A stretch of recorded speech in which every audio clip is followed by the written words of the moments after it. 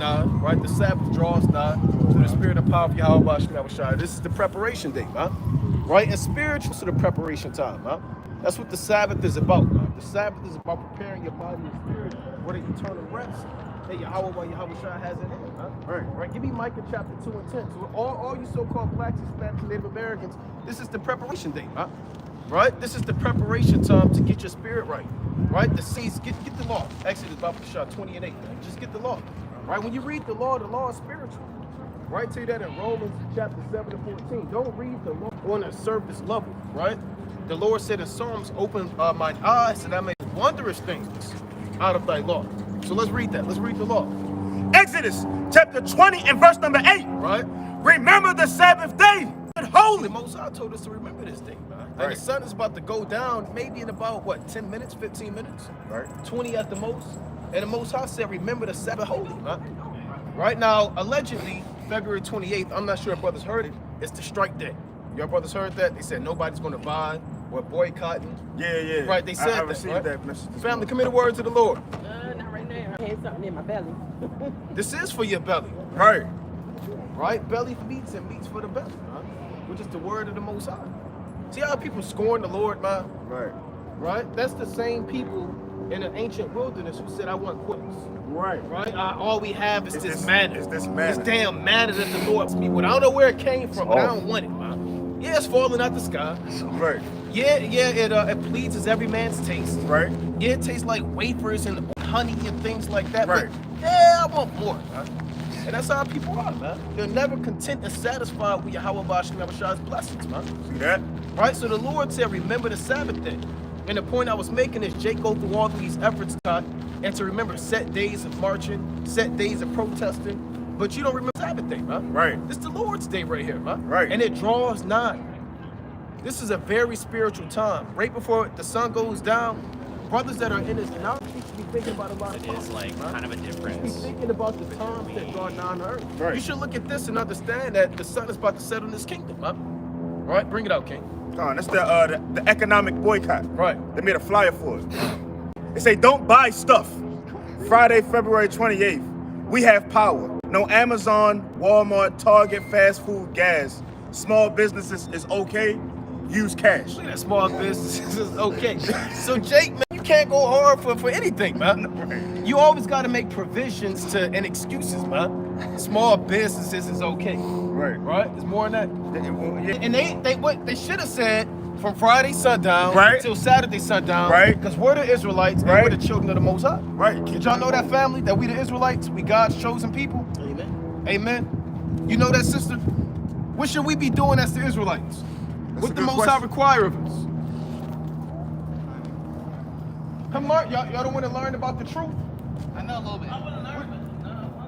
See, everybody hungry. Everybody hungry. They ain't supposed to be buying nothing. They not on strike. Huh? They not on strike. They not on strike with everybody else. Hey, Jake ain't They not on the boycott. They not on one accord. Not on one accord. You have more than that? Yeah, well, yeah, it was it say Al Sharpton's DEI boycott plan. Right, that's where it come from. Right. Right? Was it diversity, equity, and inclusion? Right. Something like that, man. And where was that Al Sharpton at, man? On the highways and byways. Right. Right? You got it, King. They say 24-hour blackout on Friday, February 28th from 12 a.m. to 11:59 p.m. Niggas make me sick. I'm gonna tell you straight up, man. Because right after that, you're gonna smoke a blunt. Right. You're gonna go get high. Right. You're gonna buy a bottle. What do you think Jay's gonna do midnight, man? You're gonna go get drunk. You're gonna get high. You're gonna buy and destroy yourself, man. Right. So here you are trying to hurt this man's economy. Right. Right. But you just spent $3 billion on Valentine's Day, man. And so you Negroes are the #1 consumer on every major federal holiday, man. Right. So let's read the law. Let's get back in that precept. Right. Exodus chapter 20 and verse number 9. Shalom. 6 days shalt thou labor and do all thy work. Right, you got 6 days to labor and do all your work, and you living in that time right now. These are the spiritual 6 days where we're laboring, man. Right. We're putting our hand to the plow. Right. Right, where we're teaching the lost sheep, we're planting seeds, we're breaking up the ground. Right, these 6 days, and 6 represents what? Give me Revelation. Actually, give me Proverbs 6 and 16. What does the number 6 represent, man? 6 represents what? Destruction, incompletion, the number of man. Right, that's what the Most High has 6 for in the scriptures, man. Right, so read that. Proverbs chapter 6 and verse 16.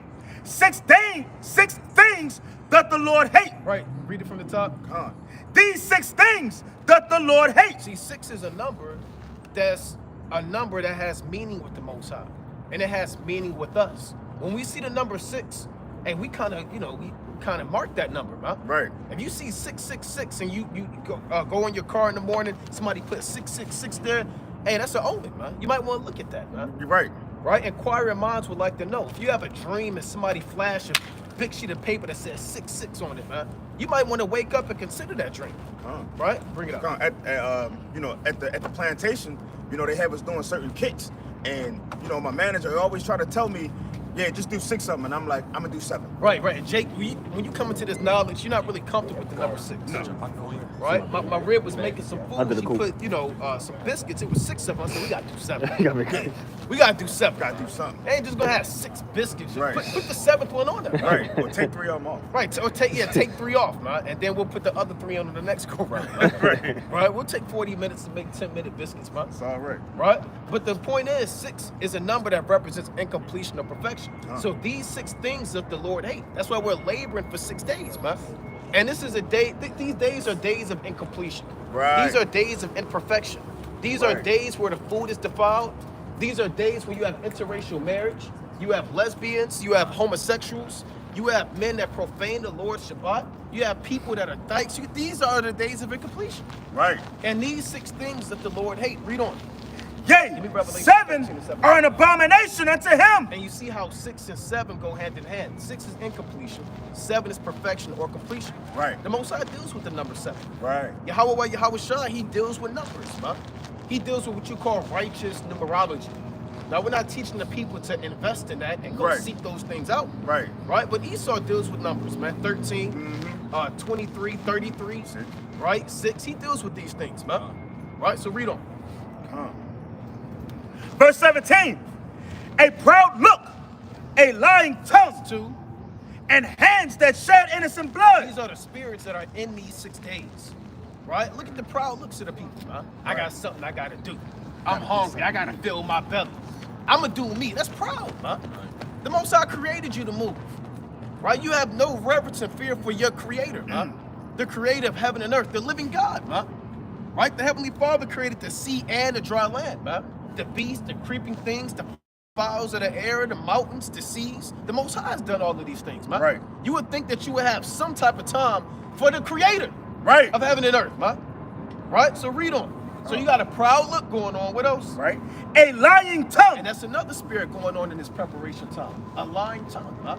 Right? A lying tongue is what? You're black. You're a Negro. That's a lying tongue. Right. We're Hispanics. We're Native Americans. That's a lying tongue. Right? That this society is going to be eternal, huh? Right? That they're going to establish their new world order. Right? That the so-called white woman is the standard of beauty, huh? And that their kingdom is going to last for eternity. These are the lying tongues that the Most High has on the earth, huh? Right.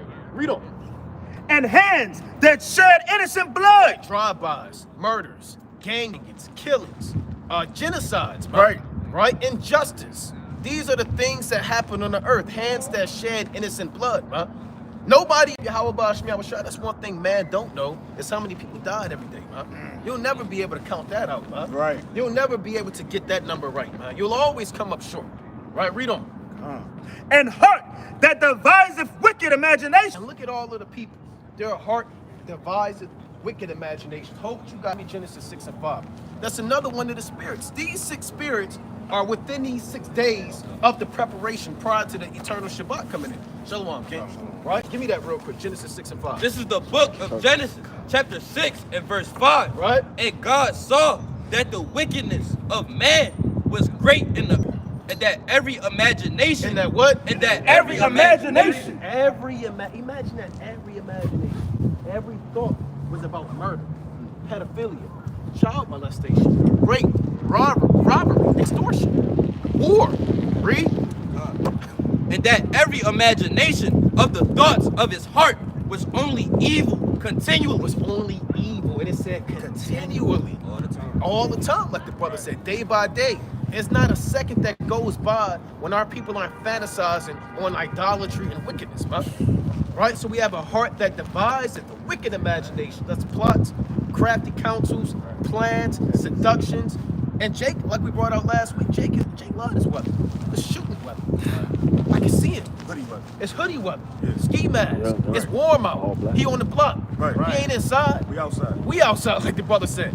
Right? This Jake kind of weather, man. You're gonna see cheeks, breasts, Right. hips, thighs, lips, lust, freakism, madness, Eve. You're gonna see an Eve out here, right? And she ain't gonna have no clothes on, huh? Right. And that's this kind of Yeah, weather. yeah, right. It's This still cold. she damn itching and scratching, man. Like when you was in school, you laid your clothes out, folded them up. Right. Maybe you had your Jordans, you had your damn, you had your G-Shock, you had your damn headband. You're right. You had your thing going on. Right. For Jersey, first day of school, man. Right. You couldn't even sleep at night. Just due to the lust. It was nothing but lust. Right. Vanity. It was nothing but vanity. It was pure. The Lord said childhood and youth are vanity, man. Right. That's all it was. Right? So you could show off for your damn crush, man. You know? Or you Jakes want to show off for Jake, man. Right? But the point is, that's how Eve is in these days, man. They love this warm weather so they can freak off. So you also have that going on. A heart that devises wicked imaginations. Let me show my breast and cleavage. It's 52 degrees outside. Read on. Feet that be swift. You got a point? No, I thought you wanted. Okay, Genesis come on. 5. Go read on. Feet that be swift and running to Yeah, mischief. we covered that. That's you hasting to deceit, man. Right. Right? That's Jake going to the club, right? Going to these, this is around the time of spring break, man. When they go to Miami. Right. Right? And God knows what happens in Miami, man. You got people that's not even in college going to Miami to freak off, man. Right. They be having naked parties, man. Fights and drunkenness and hot girls. That's this time right here, man. So people that are swift, they are calling out and they going on Miami break vacation, right? Read on. A false witness that speaketh lies. What is a false witness? Someone that charges someone with a crime or a sin, knowing that they didn't see it. Right. Brother, commit a word to the Lord, brother. We in the last days? Brother, we gotta repent. Right. We gotta repent. Repent, brother. And come back to the Most High. We're not good. We're not Got the good. cross on my We're neck. not good. We don't care about your cross. How about Shemel Shai? Don't care that you have a cross around your neck. Man. When has that ever mattered to you? How about Shemel Shai? That the so-called white woman had a cross on her neck, huh? Not Give me the account when the Most High was pleased with that, huh? Right. And he looked down upon the children of Esau and the daughters of Edom, and he said, I am well pleased with thee. Where is that at in the scriptures, man? And the daughters of Edom say, Khan Adawan Khan, right? Read on. Feet that be swift and running to mischief. Right. A false witness that speaketh lies. And he that soweth discord among brethren. And that's what Esau does too. Yeah, Jake do it, but Esau, you have Willie Lynch, right? You have eugenics, you have social engineering, you have designed and created a system and an environment where Jake naturally is defending himself from his own brother, man. You done took away the food from him. It's like, you do that to animals, man. Two pit bulls of the same species, they're liable to attack each other, man. Over that piece of meat, man. All them emotional attachments, relationships, we blood, your father's my father, all that goes out the window. When you gotta eat and your stomach growling, he gotta eat and his stomach growling, one of y'all gotta eat. Right. Right? And that's what Jake do in his system, man. You confine us into a society where our own allies become our enemies, man. Right? So you sow discord. And Jake, you're a byproduct of the witchcraft of the so-called white man. So naturally, you sow discord, right? Right. And you promote it. So these are the spirits, the 6 spirits that are running rampant on the earth in the last days, man. Right? Now go read Revelation 13 and 17, and then go back to Exodus. This is the book of Revelation, chapter 13 and verse 17. Bring it up. And that no man might buy or sell, save he that had the mark or the name of the beast, Right. or the number of his name. Right, meaning you're not indulged in the philosophies, and you don't accept this new world order, this American system. Right. Right? Go on. Here is wisdom. Let him that hath understanding count the number of the The beast, beast is American, right? From Revelation 13 and 11 on down. Read. for it is the number of a man. See, 6 is the number of a man, right? That's why that spirit of destruction and incompletion, it doesn't affect the fishes, right? It doesn't affect the fowls of the air, right? The trees aren't affected by that. That's the number of man, right? Man's incompletion, right? Man's fleshly body, man's inability to be perfect and righteous in the land of the living. That is the number of a man, chiefly the so-called white man. Right? The beast. Go on. And his number is And 600. what? And his number is 600. 66. Right, that's 666, man. Right. Right? And it doesn't mean like they show in that movie Dane or Omen. And he looked under his scalp and he had 666 right there. Right? That's not what that's talking about, man. Right. Or they like to think that there's some political Edomite that's going to rise into the scenes and he's the Antichrist. Right. And he has 666 somewhere tatted on his body. Right? 6 just means destruction or incompletion. 3 means emphasis. Right? So it's complete destruction and incompletion for those who worship the beast. So go back to Exodus 20. Right? So this is what the Sabbath day is about, man.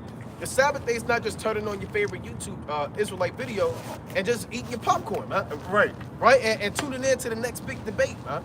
Right? The Sabbath day is holy. Right? So your thought process approaching the Shabbat should be holy, man. Right? Read on. It's not just carnal, I gotta buy my Cheez-Its, right? And I gotta sell my damn merchandise. Right? Read on. See, the fowls of the air are in disarray, man. Right there in disarray. That might be a holy, man. Right? Because that's not normal. They've been doing that since we've been out. Yeah, you see that? So the Lord said, speak to the beast and they should teach you. Right? So they know something that these people don't know. Right. Right? They get insight from the Most High. Right. Hey, the birds of the air, they know about Yahweh Shemel Shah. Right. Right? They have spirits on them, like crows, they hold grudges. Yeah. They remember faces, right? They remember your wickedness, man. These beasts of the field, they know about that, man. Right. Well, they made that movie, Birds. Is it Birds? The birds. The Something Birds, like that, back yeah. in the day. That was what? In the 80s. You sure that was the 80s? It might have been the 90s. 60s? Yeah. And had them attacking the wicked, man. Right. Yeah, I remember that. Yeah, the wicked was Yeah. getting up. They was getting jammed up, Car man. windows. Yeah, they was going through the window. They was getting them at school, and they was. Yeah. Hey, these beasts of the field know about that. They're all the way down there too. You see that all the way down there, man. And really, it's about to be a blood moon in March 2 through the Spirit. Pull it up, King. Blood moon in March, right? So read on, King. Exodus chapter 20 and verse 10. Bring it out. Brother, commit a word to the Lord, brother. Come on, brother. Real We quick, the bro, real Israelites, quick. God chosen people. Read on, King.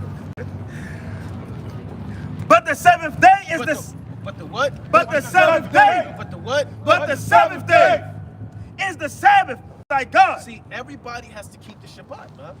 The seventh day is the day of completion. Right. That's what we're preparing for, man. Right. That's why we're preparing our minds. We're preparing our bodies. We're preparing our spirits. We're preparing our households. Preparing in the days of evil. These 6 days, man. The days of proud looks, run into mischief, hands that shed innocent blood, a heart that deviseth wicked imaginations, a false witness that speaketh lies, and wicked men, man, wicked demons of discord among their brethren, man. Every brother should be preparing their spirit for the Sabbath day, right? And again, that's a spiritual rest that the Most High has for the elect in the upcoming kingdom. Man. That's right. Right? What you holding, King? This is space, though. The next lunar eclipse Right. The next lunar eclipse. will be total lunar eclipse. So partial. A total lunar That's eclipse a full blood moon, right? overnight on March 13th, 14th. Right? And it reads, Now guess what days those are? If you brothers know, those are the days of Purim, right? Those are the days of Purim, huh? So you're gonna have a blood moon on Purim that draws nigh. And Purim is about lots, man. Right? The lot of the wicked and a lot of the righteous, man. Right? So that's gonna be a heavy day, man. And most are willing, you have judgments that befall the earth, man. Coincidence, right? It's just a coincidence. That the blood moon just so happens to fall on Purim. The Most High could. No, this is up your house. Right? A little more in that king. it says 2025. It is the first total lunar eclipse since 2022. Right, so that's kicking off kicking off this 12th month. Right? In the 12th month, you got a blood moon that happens to fall on the days of Purim. Right? But the 7th day, so let's go back to the Exodus. But the 7th day. But the 7th day is the Sabbath of the Lord thy God. And you shalt not do any work. And we're not going to labor. Right? Give me Hebrews. You give me Hebrews 4 and 7. See, when the Most High said, thou shalt not do any work, it's spiritual level going into the kingdom. Right. Because we're not going to, these are the works we're doing now, right? The highways and byways, and during the winter seasons, right? And during the trials and Jacob's trouble that draws nigh, the wars that are going to happen on the earth. These are the days of work. But in the kingdom, we're not going to do any work. We're going to cease from our labors as God did from his, man. Right? Give me Hebrews 4 and start at 7. This is the book of Hebrews. And that's why it's so important to keep the Shabbat. Right. It's so important for this preparation time. That's right. Right? And the sun is about to set. Right. Right? We the Israelites. Y'all got a minute for the words of the Lord? Words of the Lord. These words of the Lord. The words of the Most High God. Anything more important than that, brother? Gotta skedaddle. Skedaddle, that's the crazy. first skedaddle. I I've know. heard Jake say at the harbor. Never heard it. Right. Since we've been at the harbor. Right. Skedaddle. Right? Read them. See it get warm and Jake start bugging out, man. Right. Damn, and Jake don't never say damn skedaddle. Skedaddle is crazy. Right? Read on. Read God. that. This is the book of Hebrews, chapter I've 4. never said it's like I have to skedaddle. We only say that in a mocking Right, joking right. term. Type of But thing. Jake is never dead. I gotta skedaddle. I'm gonna get up. Jake never say that. No. So see, people mind is bad. So read that, King. Hebrews. Hebrews chapter 4 and verse 7. Bring it out. Again, he limited a certain day, saying in David, today, after so long a time, right? As it is said, today, if ye will hear his voice, harden not your hearts. For if Yahweh had given them rest, then would he not afterward have spoken of another day? Meaning what? If the Lord gave our fathers rest in the promised land, that means the Most High wouldn't talk about another rest, man. If that was the end all be all, we wouldn't have anything to hope for. Right. Right? It would have happened already, and that would have been in the land of Israel now, and we would be waiting to go there as of today. But there's a new rest coming, man. See, when Joshua and Caleb brought that generation to the promised land, and they marched around Jericho those many days, man, and they sacked Jericho, and they inhabited the land of Canaan, and they entered into the promised land, that wasn't the rest, man. Right. That wasn't the real rest. When they divided the land by lot, Right. and one tribe of Manasseh had this side of the Jordan, other tribe had this side, and Judah had, that wasn't the rest, man. The new rest is coming, man. Right, read on, King. Verse 9, there remaineth therefore a rest. Hold on, read that again. There what? There remaineth therefore a Read rest. it one more time. There remaineth therefore a rest To who? to the people of God. To the Edomites. To the people of God. So there remaineth therefore a rest to the people of God. When you go home and sleep on your king-size mattress, that ain't rest, man. Right. I don't care if you got 8 hours of sleep, man. And you had a damn glass of wine or some melatonin and God knows what, man. Right? Rest is in eternity, man. In the kingdom of heaven. And we want that real rest, man. Real rest. Right? You don't get no rest in this society. Right. Right? Give me Deuteronomy 28 and 65. And if you get true rest, you're not an Israelite. Right. Right? Because the verses tell you what you're going to go through, man. The Most High already set the record straight. He told you what kind of life you're going to live, man. Right? Give me Deuteronomy 28 and 65. Deuteronomy chapter 28 and verse number 65. Bring it out. And among these nations, thou shalt find no ease. Thou shalt what? Thou shalt find no ease. Right, so you're never going to have ease. There's always going to be something, man. Death in the family, bills to be paid, unforeseen. There's always something that you couldn't plan for that befalls you, man. Your car broke down, they increased your mortgage, property taxes, your rent went up, your job laid you off. All hell is breaking loose, man. You never get ease, man. You're always laboring, you're always tired, you're always working. Jake, you work 2 jobs. Some brothers work 3 jobs, man. Right? Among these nations, thou shalt find no ease. You're always fearing your life. You're always getting locked up. Go on. Neither shall the sole of thy foot have rest. Right, like the dove in the days of Noah, she found rest, man. And she didn't return unto Noah, man. Right. When the Lord led her out of the ark, when you read the book of Genesis, man. She found rest on an olive tree, man, if I'm not mistaken, man. Right? She found rest, period. She brought an olive branch, I believe. Right. But when she left and she found rest, that was it, man. She didn't come back to labor.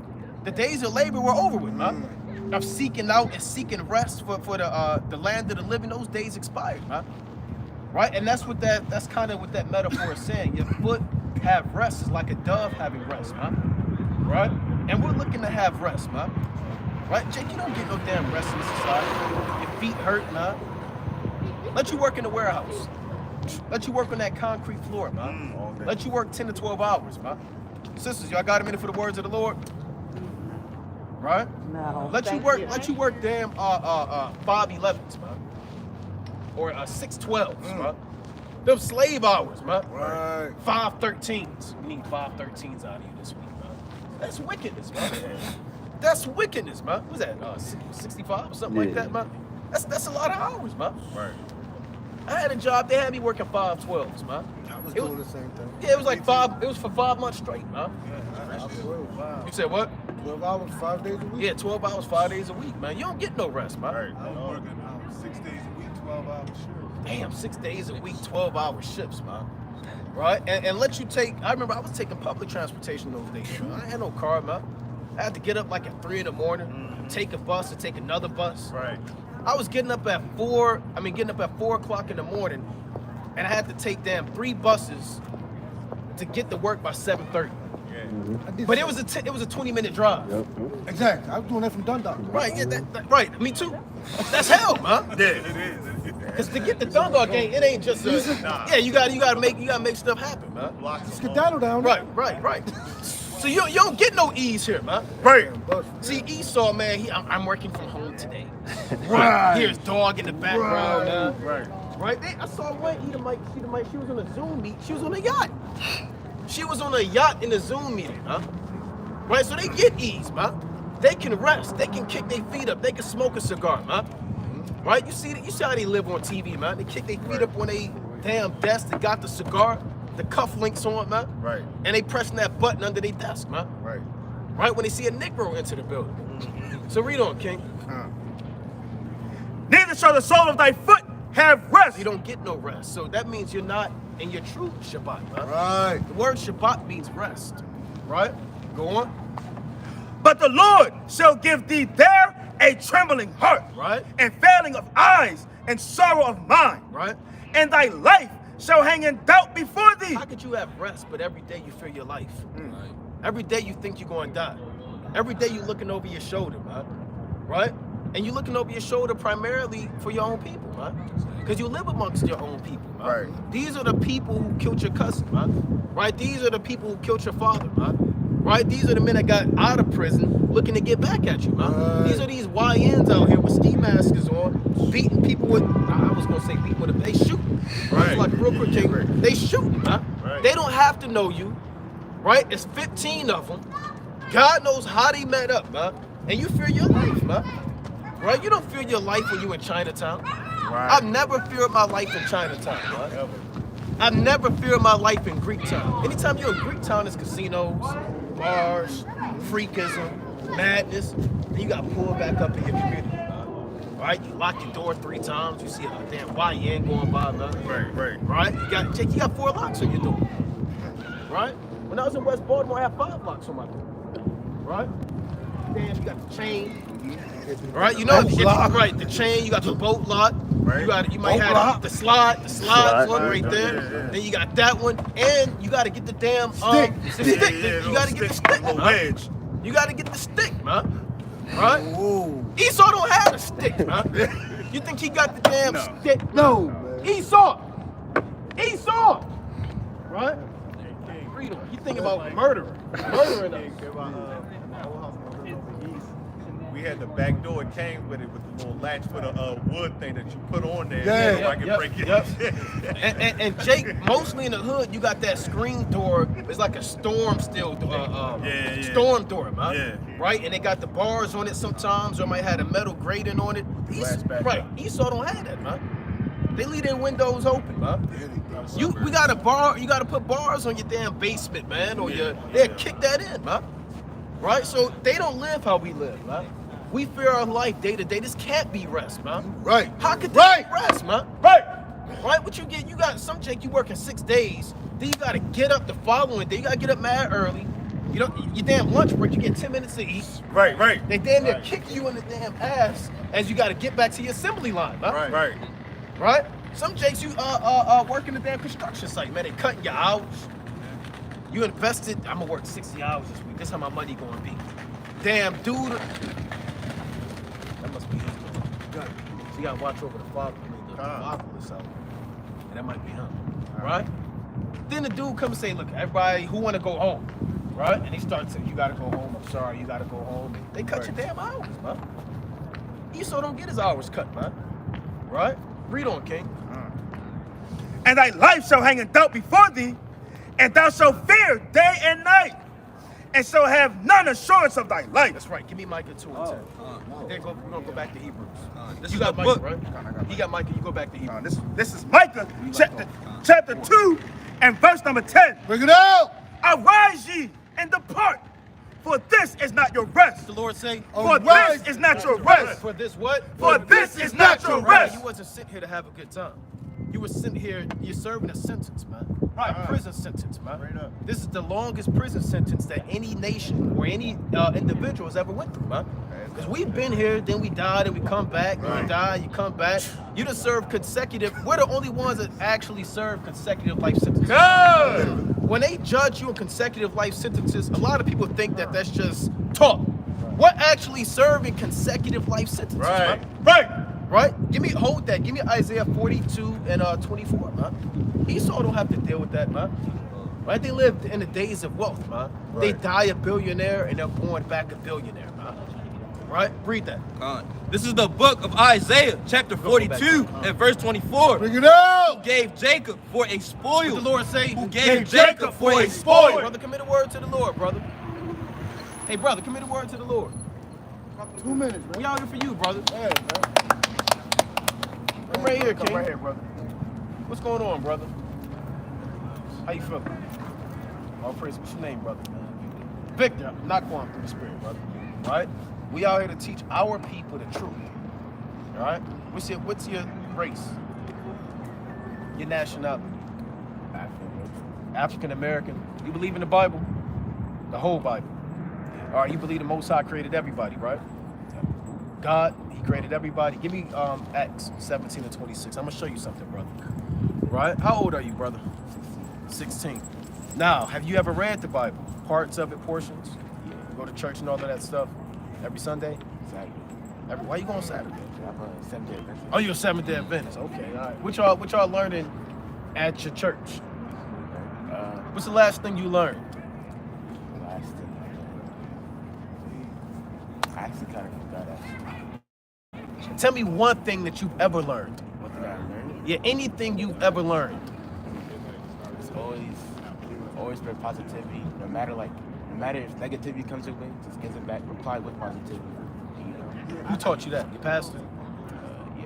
Did he give you a verse First. to prove that in the Bible? Yeah. Okay, let's see about that. Let's see about that. Hey. All right, let's see about that. There you go, brother. You got the app on your phone? All right, bring it out. What you got? All right, what you got, brother? What you got, Victor? All right, whenever you receive negativity, reciprocated with positivity. Okay, you gotta see that right here. What you got? What? Proverbs 16:15. Proverbs 15 to 15. All the days of the afflicted are evil, but the cheerful of heart has a continual feast. Right? Are black people afflicted in America? Now, let's read that again. Let's read Proverbs. We're going to read that. Right? Now, you're going to find out, brother, when it said afflicted, that's talking about you and I. Right. And our people. Right? That's not a verse that we can make for everybody. Okay? And we're going to prove that to you. Right? Because who wrote Proverbs? Solomon. Right? You know, Solomon was a so-called black man, right? Yeah. You knew that? Okay, we're going to show you that too. Read that, Proverbs. This is Proverbs chapter 15 and verse number 15. Listen to it. All the days of the afflicted are evil. What the Lord say? All the days of the afflicted are evil. Don't we go through evil things in America? Police brutality, right? What's going on, sister? Right? Thank y'all. Right? Don't we go through police brutality, injustice, crimes, drug dealers, murders, genocide? Does every race go through what we go through Not every, actually. as a whole? No? No, right. So all the days of the afflicted are evil. Read. But he that is of a merry heart, He that is of a merry heart, meaning a happy mind, right? A mind that has joy in knowing the truth, right? Hath what? hath a continual feast. And the feast is really this word, brother, right? The word of the Most High. Right. Now, who wrote Proverbs? I asked you. Do you know the answer? Solomon. What did Solomon look like? Well, I'm gonna show you in the Bible, right? Give me Song of Solomon 1-5. This is the book of Song of Solomon, chapter 1 and verse number 5. Bring it out. I am black. I am black, but calmly. Read that from the top. I am black, but calmly. Solomon said, I am black, but comely. Comely means handsome. Read on. O ye daughters of Jerusalem, He's talking to the daughters of Jerusalem as the tents of Kedar, as the tents of Kedar. as the curtains of Solomon. He said that's the curtains of Solomon. Now listen to this. Look not upon me, because I am black, because the sun have looked upon me. Because the sun hath looked upon you. Victor, when it's the month of July, you've been outside all day. It's 85 degrees, right? 90 degrees. Do you get darker when the sun hits you, brother? Don't your skin get dark? You get that tone? That's what Solomon is saying. Solomon said, I am black, which means Solomon would look like you and I. Right. Now, how does the world portray Solomon? If you ever seen movies or artwork or any biblical figure, brother, how do they always portray people of the Bible? Do they look Chinese? What race are they? They look white. They're always white. Now, the brother got Solomon. If he just typed in Solomon, he didn't do Solomon to see a white man. This is Solomon. It's literally just King Solomon. What does he look like? White man. Now, why does the internet, every textbook, every religious artifact have him as a white man, brother? Wikipedia. That's Wikipedia. Right? You've been on Wikipedia, brother. Right? What? I mean, You said what? I only just use Google. Okay, use Google. Okay. Well, guess what, brother? Why is he a white man on here, but yet the Bible says he's a black man? Right. Wait, you want me to answer? Yeah. What's the disconnect? Because here's this is in the Bible, Right. but yet everything else says the exact opposite. Why? What's going on? I don't really know how to explain that. Actually. Okay, well, I'm gonna tell you why, brother. Right, we're gonna tell you why. Because let's break it down for you. Let's break it down. Who made that image? What race of people made that image that we just showed you? White people, right? White people made this image of Solomon. White people, they know that this is in the Bible. So what is the purpose of that, brother? What are they trying to hide? What are they trying to do? Let's think about it. Why would they do that? What don't they want people to know? They don't, brother, what they don't want people to know is that everybody in the Bible are so-called black people. That's right. Hispanics and Native Americans. Right. Does that make sense?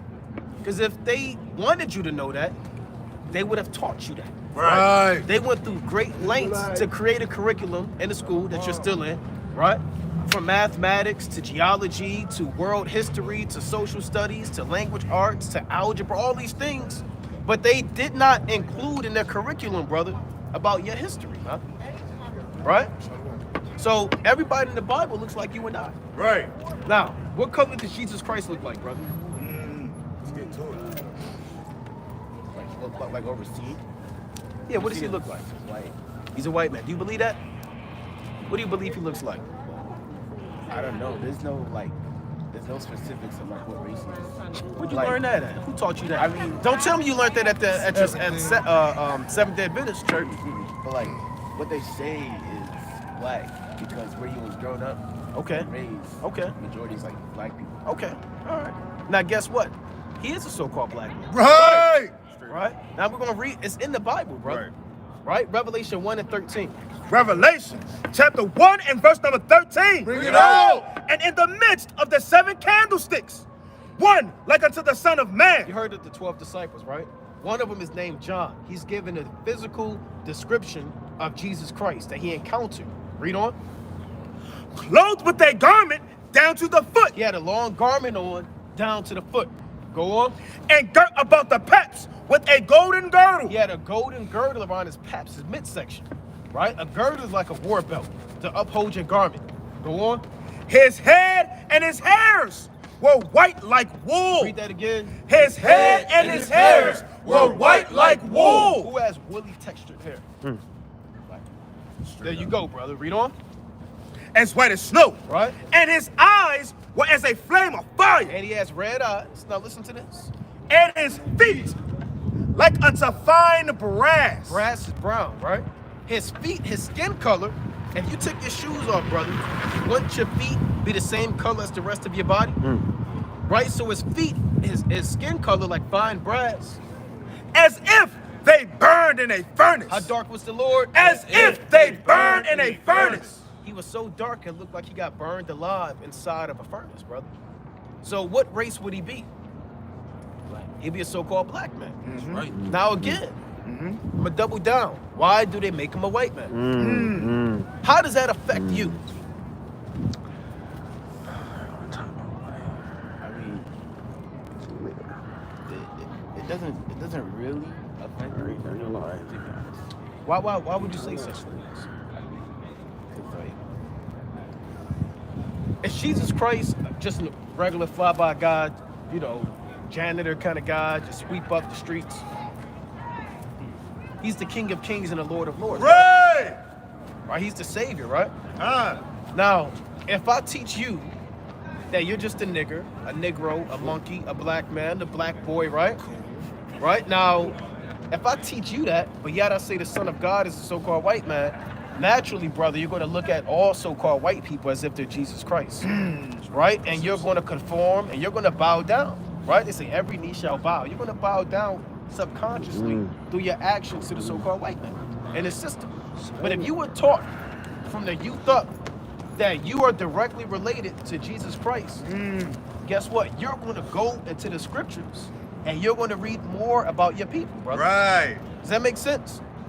So it does directly affect you, brother. Direct. Because you don't know, you're going to find out today that you are a direct blood descendant of the people of the Bible. Right. We just read that Solomon is what race?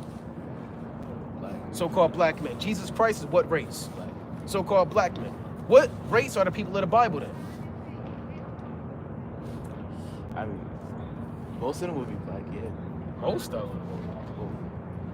They'll be black, yeah, but not all of them, like, you know, most of them. Who's not so-called black in the Bible? Who's not a so-called black man? Bring that. I don't know the specifics, but I know, like, Give me Genesis 2, this is, right?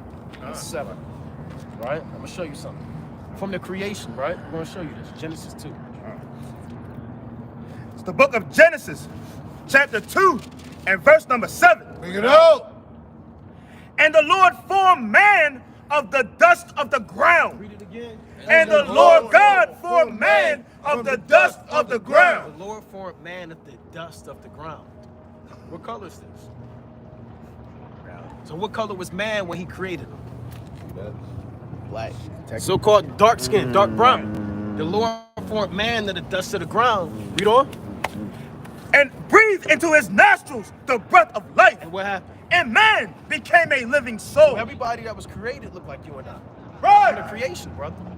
So everybody, Moses, David, Right. Abraham, Right. Isaac, Jacob, Right. Paul, Peter, all of them look like you and I. Right. Now, if Jesus Christ, like I always say, if he was a so-called black man, wouldn't that make his mother a so-called black woman? Right. And his father a so-called black man? Right. Well, very Wouldn't that make his cousins a so-called black brother? Right, so what happened to all of those so-called black people? Yeah, what happened to them? Here it is. Right. There's a whole bunch of so-called black people. Right. And they ain't from Baltimore. Right. They ain't from Mississippi. Where was the Lord from?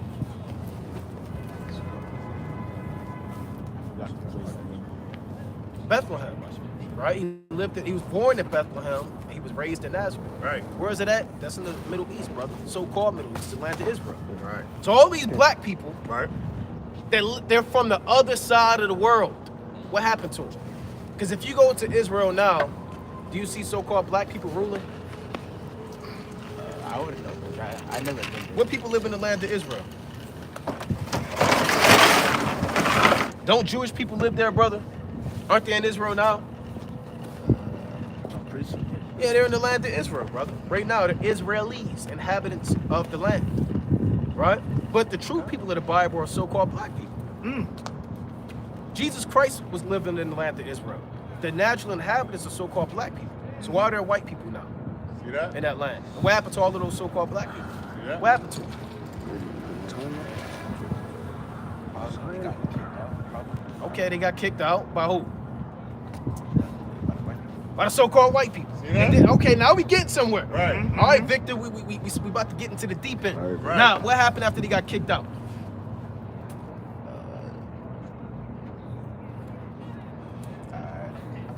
I don't know. I'm gonna show you. Give me Deuteronomy 28 and 68. All right, I know you gotta go, brother. We're gonna read this for you. Right, here's what happened to these people. Right? They got kicked out for breaking the laws and the commandments of God. Right. Right? And here's what the Most High said what happened to them afterwards as a consequence. Read that. This is Deuteronomy chapter 28 and verse number 68. Bring it out. Oh, you ready? You just following along, you just check it. I was just like, Texas. Okay, all right, but we just want to make sure you receive this, all right? Now listen, read it from the top. This is Deuteronomy chapter 28 and verse number 68. Bring it out. And the Lord shall bring thee into Egypt again. God said that the people he freed out of Egypt, as a punishment for breaking the commandments, they're going to have to go back into Egypt again. Now, you go to the Seventh-day Adventist school, right? Surely you know what the Israelites were doing in Egypt. What were they doing in Egypt when Moses said, let my people go? There you go. They was in slavery. Deuteronomy's after they already got freed from slavery. God told them if you break the commandments, you're going to have to go back into Egypt again. Meaning back into what again? Slavery. There you go. Read it from the top. And the Lord shall bring thee into Egypt again Into slavery again. with ships. With what? With ships. With ships. What race of people went into a slavery again on ships? So-called black people. Right. So who is God? Can he be talking to the Chinese man right now? Is he talking to the Arab man? Who is he talking to? So-called black man. Is he talking to us? Right. Okay, he's right. now. Okay, now Right, we're okay. cooking with hot grease now. Yeah, right, Now right. we throw that damn fish in there. Yeah, right. Now hold on, brother. If he's talking to us, Right. did God call us niggers, Negroes? What is the name that God called us? Israelites. Right. So what would that make you? There you Right. That's Right now, Victor, we're gonna finish the verse. Read it from the top, actually. And the Lord shall bring thee into Egypt again With what? With ships. With what? With ships. With what? With ships. We're brought over here on ships, right? It's in the Bible. It's a prophecy. It's not a coincidence, right? It's not because they outsmarted us or they had food on the ship or we was scrapping and scraping it. No, brother. The Most High said these things will happen. Read on. By the way whereof I spake unto thee, Go on. thou shalt see it no more again. You heard that, Victor? What the Lord say? Thou shalt what? Wait, repeat it again. Come on, Victor. Right. Victor. Who you texting, Victor? Let's be real. It's a friend. It's a woman friend. I can't say that. Well, you got to hear the word to the Lord. Right. All right? You got to hear the word to the Lord. All right? She could wait. She. I can't say it. All right, Victor. All right, Victor.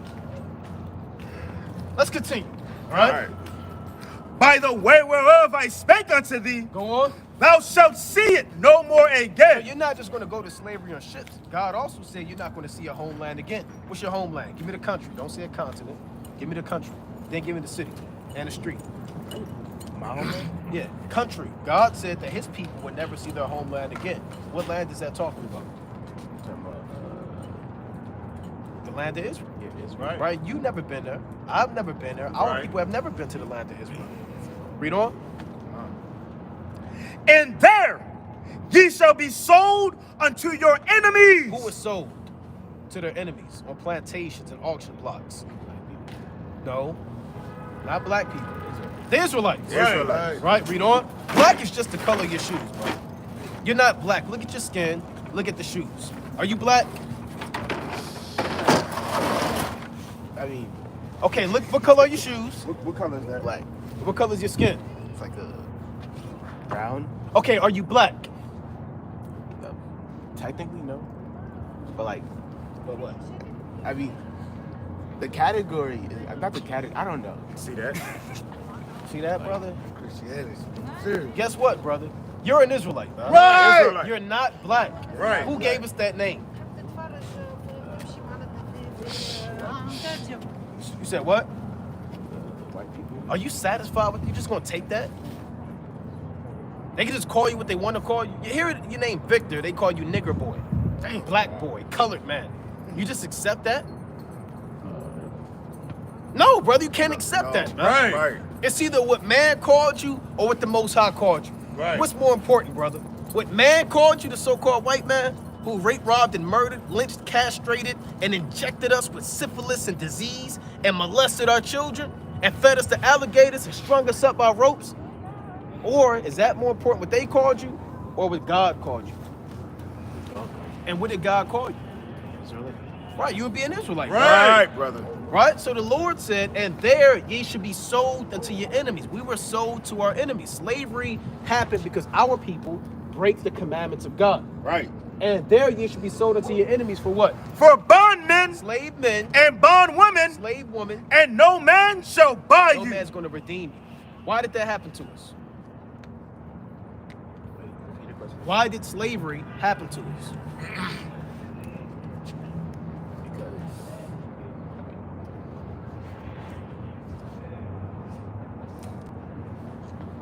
What do they teach you? What do they say in a world of school, right? In academia, why do they say that we, as the Israelites, were put into slavery on ships? Do they ever give a reason why? They never give a reason why, Never right? gave a reason. They just tell you it happened. But guess who gives a reason why? The Most High. He gives a reason why, right? Read 28 and 15. Deuteronomy 28 and 15. But it shall come to pass, if thou wilt not hearken unto the voice of the Lord thy God, If you don't listen to the voice of God, to observe to do all his commandments and his statutes, which I command thee this day, if the Israelites don't follow the commandments and the statutes, that all these curses, what's the punishment? that all these curses Shall what? shall come upon thee and overtake So thee. slavery happened because our people don't keep the commandments. All right? That's what happened, brother. That's why we were sent to ships, or sent here on ships. And we've never been allowed to see our homeland again. And all we know is crime, injustice, drugs, weed, fried chicken, grape juice, video games, folly, lewdness, and madness, brother. And vanity. Right. Right? So what should we do? Here we are in another man's land. Right? Give me Baruch. Right? 4. Right? How did we get here, brother? And why? And how long are we going to be here? What should we do? If slavery is a result of us breaking the commandments, what should we start doing? Keeping the commandments. Keeping the commandments. Right. Now I got a question for you, Vic. Do you want to keep the commandments? Huh? Why? That's what God wants us to do. Okay, there you go, brother. That's because of what the Most High wants us to do. Now, how many commandments are there? 10. There's over 600 commandments. Right. See that? You still want to keep them? But it's 600. I disagree. All right, brother. There you go, brother. Right. All right, brother. That's a beautiful answer. All right. That's a beautiful Now, guess what? Before you leave, we're going to give you 3 commandments, all right? 3 commandments. Give me Leviticus 11 and 7. Right? Whoever you text, telling them, I'm hearing the words of the Lord right now. That's right. I'm an Israelite, and tonight, I'm hearing the words of the Most High God. Right. Come out. Right. Come down. Yeah, tell them come out, man, and get this word too. Right? Get this word. So, Leviticus chapter 11 and verse 7. Bring it out. And the swine, you ready, Victor? And the what? Read it from the top. and the swine, Swine is pig. Go on. though he divide the hoof and be cloven footed, yet he cheweth not the cud. he is unclean to you. So pig is unclean to us. We can't eat that.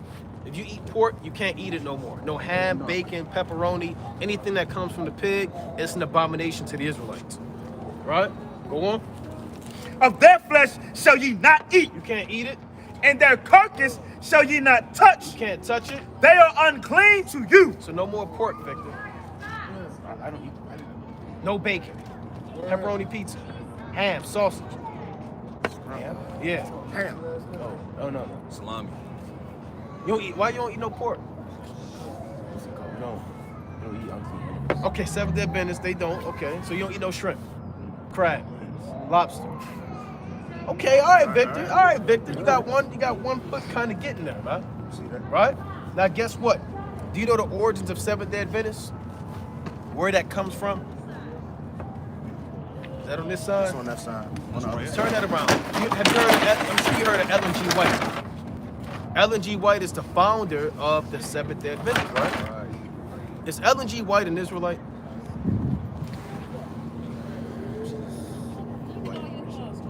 She's white.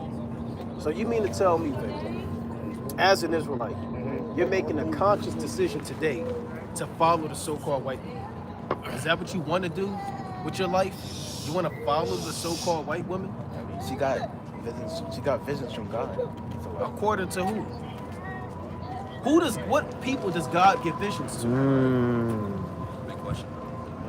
You think God give his visions of salvation to the so-called white women?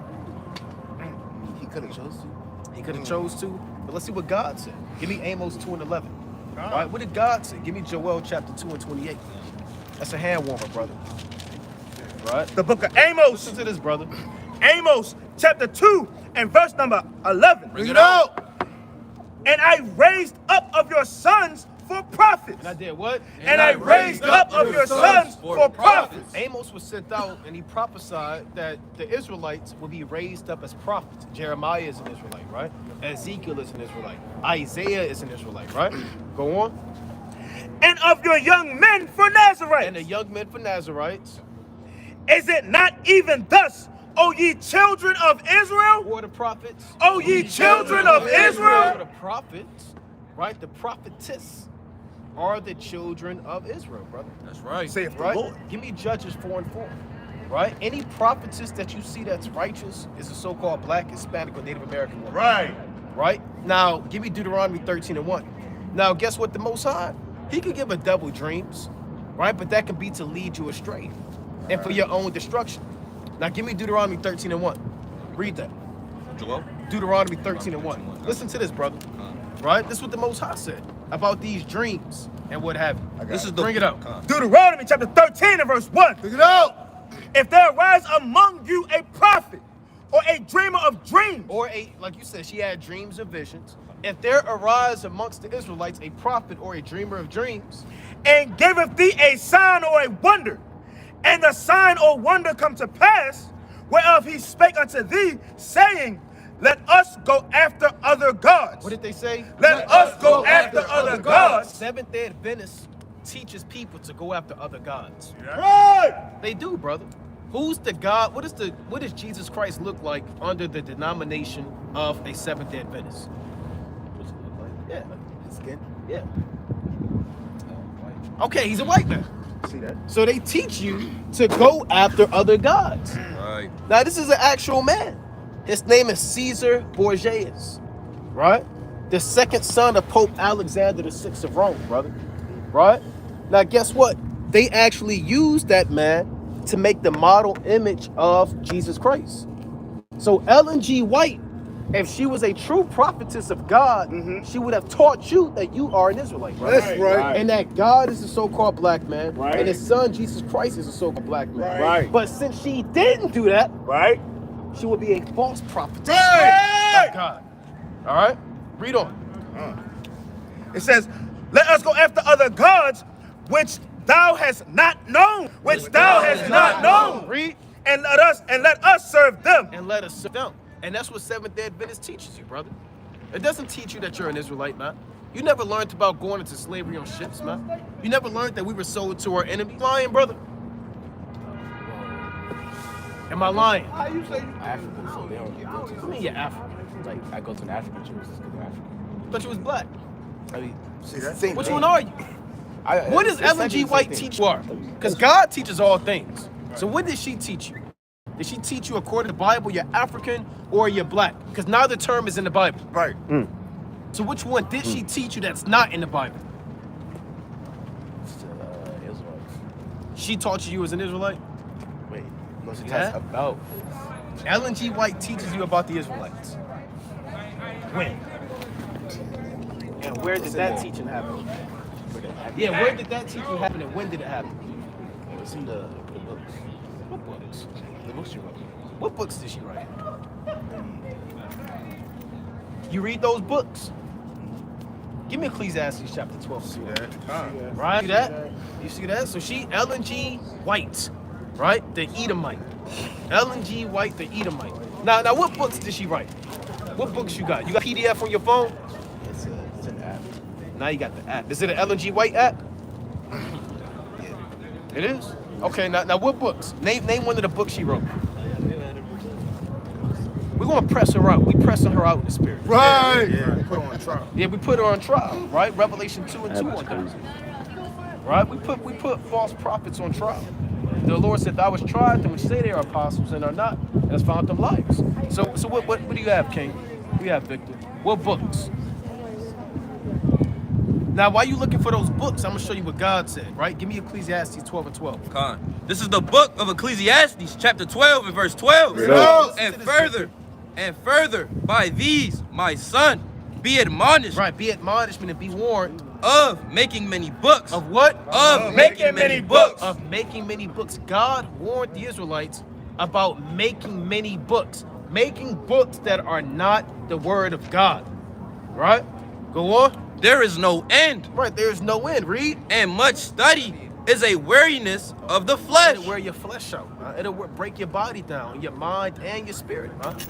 Right? So, in Ellen G. White books, I never read them. I'm not going to read them, but I don't believe in those books that she teaches you that you're an Israelite. Right. Right? I mean, we don't believe that, brother. Right. Now, but you have to prove it. You have to prove in that book that she teaches that so-called blacks, Hispanics, and Native Americans are the Israelites. And she can't teach that if this is the God that you confess of Jesus, of Seventh-day Adventists. Right? That would be a contradiction. She can't teach that the Negro is an Israelite, but God is a white man. Well, I don't believe. But this is what they, well, if you're a Seventh-day Adventist, you have to believe this. Right. We don't have to. Yeah, this is the God, you confess that this is the God of Seventh-day Adventists. You said that. I never said that. But that's what you did say that. But that's what Ellen G. White teaches. Right. That's what she believes. She teaches that we don't know exactly what he looks like. But why did you say that Jesus Christ is a white man according to Seventh-day Adventists? I said, I believe that he has to be a black man from like where he was born. Well, brother, you said that they teach that he's a so-called white man. I asked you, who's the God of Seventh-day Adventists? Right? Does he look like a so-called white man? You said, right? I thought you mean like, is that what other people like portray him as? That's what Seventh-day Adventists, that's what Christianity teaches. Right? Now, here's another question. What good has a so-called white woman done for so-called black people? That's a good one. That's not all white people are the same. But hold on. I didn't ask you if all white people are the same. I asked you what thing has a so-called white woman done for so-called black people? I don't know. I've never done anything good. Right. Well, I don't know if they did anything good for me, so I can't. You're not going to know it because they never done it. Right. That's why you'll never know. Right. But we You never know when if they people have do done it, good though. to you, brother. Right? But the Most High is letting you know that the so-called white woman and the so-called white man are your enemies according to Right. God. Said that. Right? We read that we would be sold to our enemies, right? In Deuteronomy 28, remember that verse? And there ye should be, read that again. Give me 1 Corinthians 2 and 4. The Lord said, and there ye should be sold to your enemies. Read that, just read that portion of the precept. Come on. Deuteronomy Listen to this. 28 and 68. And there ye shall be sold unto your enemies. Unto your who? Unto your enemies. Who bought us? White people. So the same people that bought us, you're going to follow them to salvation. Now, brother, right? What's on this side? All these denominations of Christianity come from so-called white people, brother. Right? From being a Mormon to being a Baptist to being a Seventh-day Adventist, all these come from so-called white people, brother. That's the doctrine of slavery, brother. Right. So you cannot follow the slave master's doctrine, brother. It doesn't make any sense. Here they are beating you and had you in slavery, and they're going to teach you about God and salvation. I mean, They're beating you. They're raping you. They're robbing you, and at the same mouth, they're teaching you how to get right with God. Isn't that hypocrisy? At the highest level. I mean, but like at the same time, not all white people were with slavery though. How do you know that? Well, How does God look at it? Give me Job 34 and 29. Does God look at all white people as a collective, or does he look at it as that white person may not be bad, or that white person gave to the poor, or that white person... he looks like that. You think so? I know so. Did you learn that from Ellen G. White? Where'd you learn that? The Bible. What God looks at all one of us. He doesn't look at us as a whole like everyone else does. He does us separately. He doesn't see a whole group of people like, oh, they're all part of the same. He looks at each and every one of us individually. He doesn't automatically assume based on because he knows everything. Okay, now listen, we're gonna see in the Bible, right? Let's see what the Bible says. Read that. This is the book of Job, chapter 34 and verse 29. Give me Jeremiah. When he giveth quietness, who then can make trouble? Right, if the Most High shut things down, you can't make trouble. Go on. And when he hideth his face, who then can behold him? Right, like the Lord hid his face and hid this understanding from our people, and we couldn't find his knowledge. Right, so the Lord showed us his face, which is this truth. Read, rather what? Whether it be done against a nation. And the Lord did that. He hid his face from us, right? And he used the so-called white man to take that knowledge away from us, brother, to beat your language out of you, right? To beat your heritage out of you, to beat your confidence out of you, brother, to beat your masculinity out of you, brother, to beat the knowledge of your God out of you, right? He used the so-called white man to essentially hide his face from you on the earth. And he said that if he hide his face, you can't find him, right? And he said he can do that against a who? Rather it be done against what? Whether it be done against a nation. Against a what? Against a nation. Read. Or against a man only. So yes, God judges entire nations of people, right? When you read the Bible, brother, and you know about Daniel, you know about Ezekiel, you read those books, you know about our forefathers. Didn't Daniel go to slavery? Daniel? Yeah. Was his name changed to Belshazzar? The master of the magicians? And he was a righteous man, wasn't he? Didn't Ezekiel sit by the river Chabar amongst the Israelites and prophesied to them, brother, in the book of Ezekiel? And he was a righteous man. You understand? So God does judge nations of people, right? Give me Jeremiah 18:7. This is the book of Jeremiah, chapter 18 and verse 7. Bring it up. Give me Sirach 50, and I believe At it was what? 20. Read that. At what instant? At what? At what instant? Right? I shall speak concerning a nation. Concerning what? A nation. A nation. Concerning a nation, go on. And concerning a kingdom. And concerning a kingdom. To pluck up and to pull So the down. Lord could pluck up a whole nation. When you read about Moses, right? And he appeared before what man and said, let my people go? Who did he appear before? Who did God appear for? Moses, when he said, let my people go. Moses and Aaron. Didn't he go before Pharaoh? Did Pharaoh let the people go? Who did God kill? His son. Was it just him? Just his son. Who else? Didn't he kill everybody's son? The firstborn of man and beast? Of people that didn't have the lambs put on their door. Right, he killed all of the Egyptian sons. What did those sons do? I don't know what they did, but They're not the Israelites. And the point I'm making is God judges nations. He destroyed the whole nation of Egypt. he destroyed the people that didn't have lamb blood on their What doors. people was that? The Israelites. The Israelites had the blood, but they were in captivity under another nation, right? There's a nation in the Bible called the Egyptians, brother. Mizraim. He destroyed that whole nation, right? It says there was not a house in the scriptures. There was not a house where you didn't have a son that died. So everybody got affected by that, brother. Right? So the point is, God killed the firstborn of everybody in that nation. He judged an entire nation. Right? Read that. Sirach 50 and 24. Sirach chapter 50 and verse 24. Look it out. That he will confirm his mercy with us and deliver us at his time. Read. There be two manner of nations. What the Lord say? There be two manner of No, nations. individuals. There be two manner of So nations. there's two manner of nations. Read. Which my heart abhorreth. So God hates nations of people, brother. Right? Read on. And the third is no nation. And the third nation he hates so much, he doesn't even call them a nation. Read on. Hold on. That's God.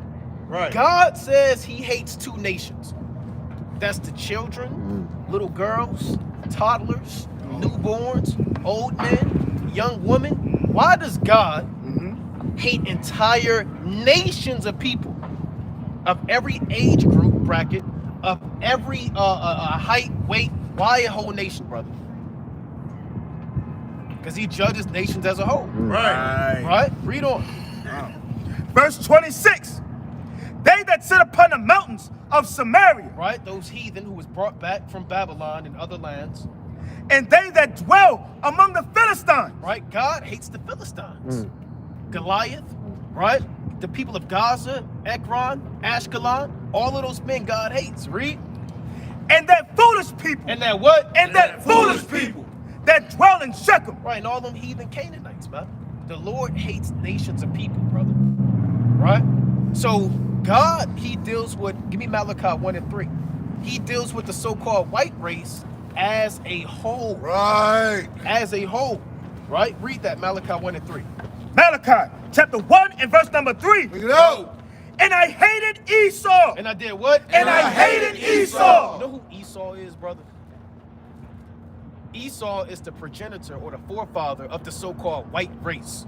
Right? Every so-called white man you see, whether they claim they're Anglo-Saxon or they're German or they're Dutch or they're Australian or they're American, they're all, according to the Bible, descendants of Esau. Right? Everybody on the earth has a biblical nationality, brother. The Israelites is us. You have the Moabites, so-called Chinese man. Ammonites, so-called Japanese man. Egyptians, the children of Mizraim, right? You have all these nations of people, right? Read on. And I hated Esau and laid his mountains and his heritage waste for the dragons of the wilderness. Right? Whereas Edom saith, listen to this, brother. Listen carefully. Whereas Edom, the so-called white man, saith, we are impoverished, but we will return and build the desolate places. Thus saith the Lord of hosts, they shall build. The so-called white man is going to build up kingdoms. He's going to build up lands. He's going to build up cities. They shall build. But I will throw down. God is going to throw it down. Now here's the point. Read that. And they shall call them the border of wickedness. And the people. No, the person. And the people. Individual. And the people against whom the Lord hath indignation forever. So God hates the so-called white race forever. That's in the Bible. So God hates Ellen White. Forever. Now, are you going to follow somebody that God hates?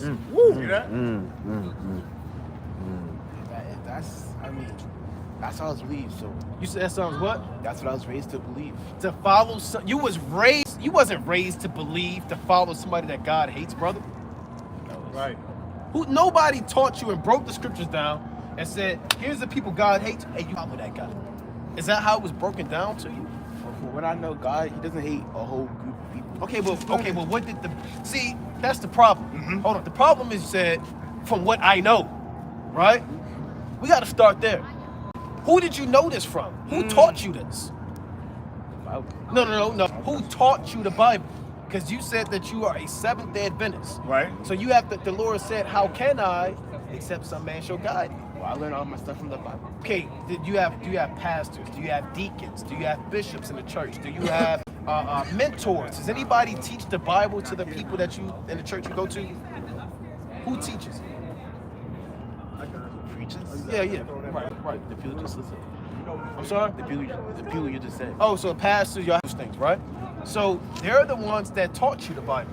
So you said, from what I know, that's according to the understanding of a person who did go into Malachi, the first chapter, and break that down to you. Right? So you can't say from what I know, because what you know is you are a black man. That's what you said. You said I'm an African. Are you a black man and an African? Are you a black man or an African? Technically both. See, brother, you would be an Israelite. Right. Right? Now, guess what? If you say that you're black and you're an African and you're really an Israelite, you also have to question, well, what else have I learned? Right? What else have I learned that was a lie? See that? What other falsehoods have I acquainted myself with? Then you follow that up as a wise man as well. What is the truth? What is the truth? Right? You begin to understand the lies you lived in, but you don't spend eternity looking at the lies. You begin to seek out the truth. Right? Now, once you seek out the truth, you got to open up this Bible and read that for yourself. Right. What does that mean in Malachi 1? Can you show him Malachi? Victor, come up and look at it, Victor. You read that, Victor. Read 1 and 4. What does it say? Malachi 1 and 4. Go ahead and read that, Victor. Right. See that? Yeah, No, read that. From here down. Go ahead and read it. Out loud? Yeah, read it out loud. Let the spirit rock. Read I'm up. not good at loud speaking like that. I'm not Well, that's good at all right, loud Victor. It's all Just good. read it. What it Yeah. say?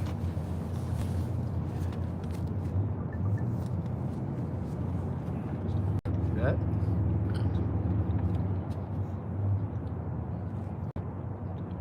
Right.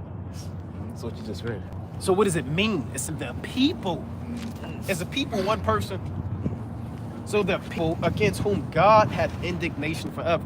So God hates a people group, right?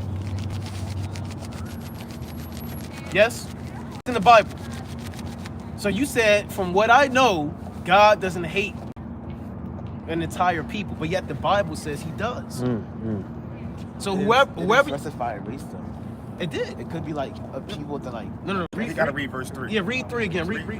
Verse 3. And give me Genesis 25. See, we got Hated Esau. we gotta get the and laid his pickaxe. mountains right, and his and start heritage breaking this. waits for the dragons Lord of the said it's not my wilderness. word. Heritage, that's the people.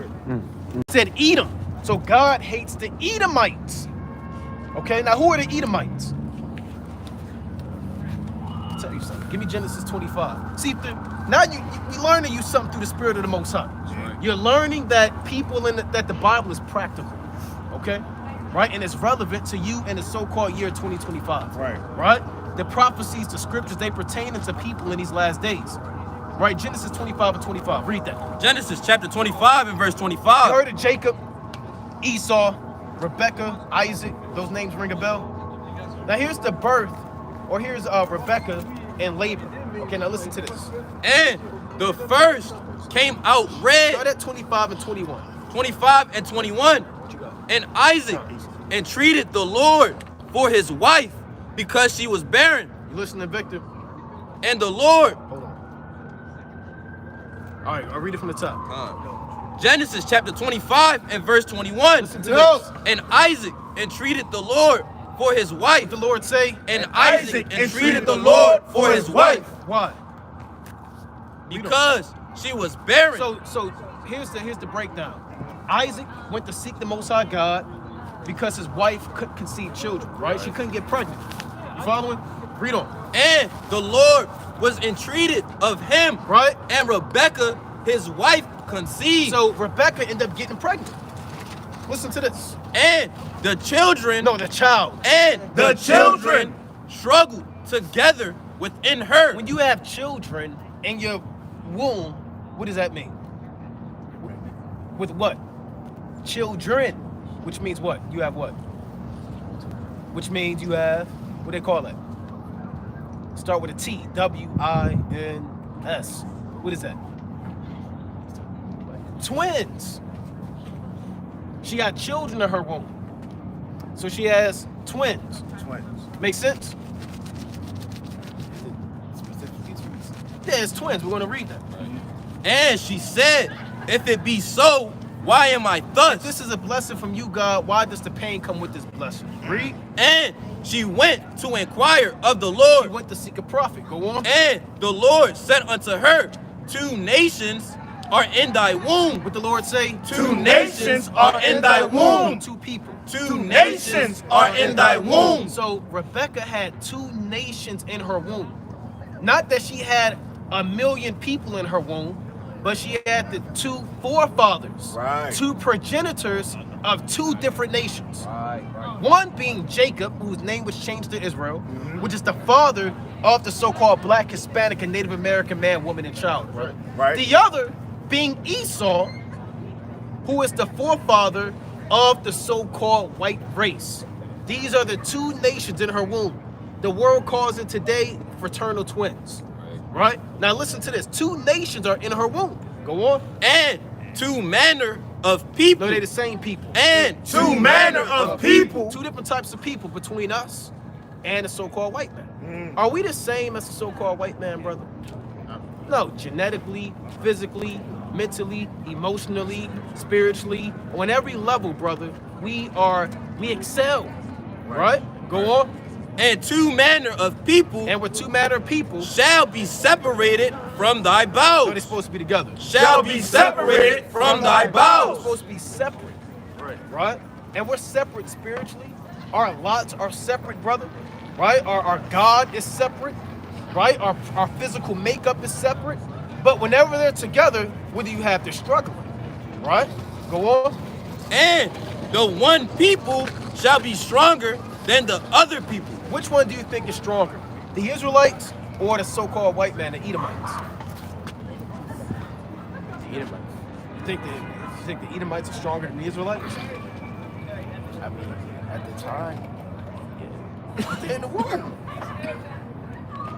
when they're in the womb, no. Who do you think? Who is a white man stronger than you, Victor? 16-year-old white man. He walk up. Is he stronger than you? It depends on what.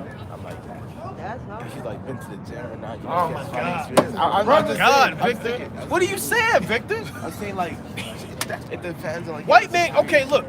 Who's the best boxers? Like, Don't white men go to the gym and get knocked out? Often. Don't they get knocked out all the time? yeah, but black people, they also train too, though.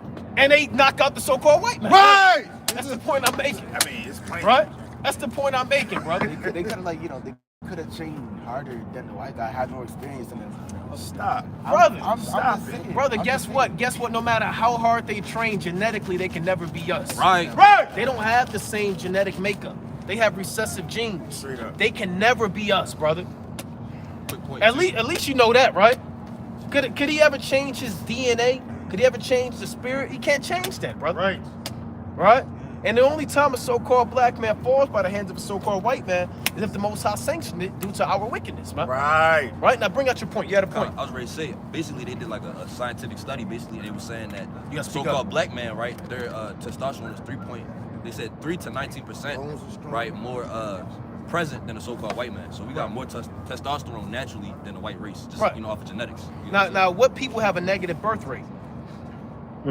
So-called white man. Right. He has a negative birth rate. There is more so-called white man dying than actually being born, brother. To this very day, man. Right. So we're strong on every level, brother. Of course it's good. All right? Can a white man beat you up? I'm not gonna let him beat me up. But can he? Can he? I doubt it. What do you mean you doubt it? Where is doubt? Can he? Yes or no?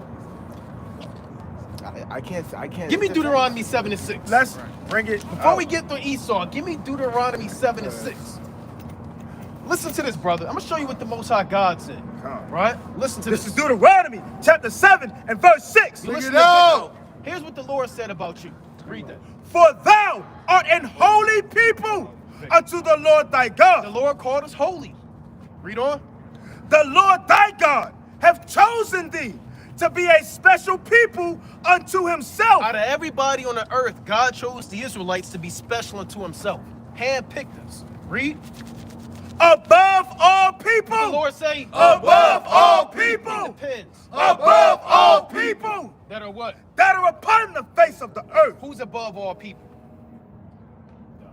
No. Who is God talking to? Give me Deuteronomy 1:1 real quick. That's okay, Victor. Right. Right? Because we have to do the right thing and bring back your masculinity, your confidence, your Right. heritage, your nationality, your culture, your identity. We have to bring that back to you, brother. It's no fault of your own, brother. Right? But it's important that you hear the words of the Lord. All right? But, you know, I already like know my culture. That's No, you came up, you said you were black. And It then- took you and then 5 you- seconds to look at your shoes and your skin to pick the right answer. And you switched up to African. Then you said African. yeah, because like you know I'm African American. No, I'm you like, who again? Is No, that no, no, no. is that a term in the Bible? Bible? So how can you be something that God never called you?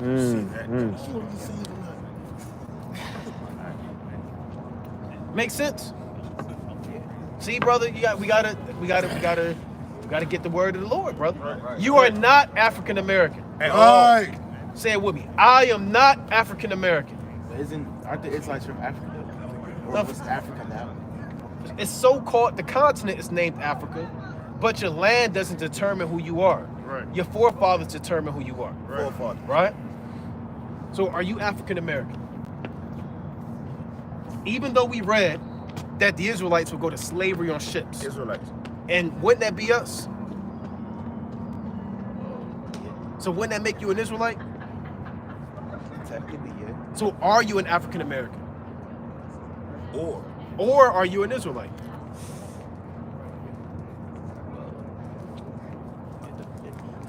You can look at it like these both ways. Like, I'm gonna tell you why you can't, brother. Because God never called us African Americans.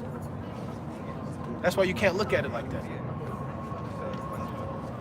You know, African American was invented in the 80s. It's a new term. Now read that from Deuteronomy 1 and 1. what about pure Africans? What about pure Africans? What about pure Africans? Pure Africans are called Hamites in the Bible. right. Those are nations God said destroy them without mercy. That's right. You want to know how God feels about a pure African? Give me Deuteronomy 7 and 1. Read, or give me I'm Deuteronomy on 1 and 7 1. I'm All right, on read. 7. Okay, We're come. gonna read 1 down to 6. Come. Right? But first read 1 and 1. Listen to, brother, you gotta listen. If you want to receive understanding, you have to have an attentive ear. All right? Read that. This is Deuteronomy chapter 1 and verse 1. Bring it out. These be the words which Moses spake unto all Israel. Unto who? Unto all Israel. Unto all who, brother? Israel. So he's speaking to the Israelites, which means he's speaking to what people? Which would be who today? So-called African Americans. All right?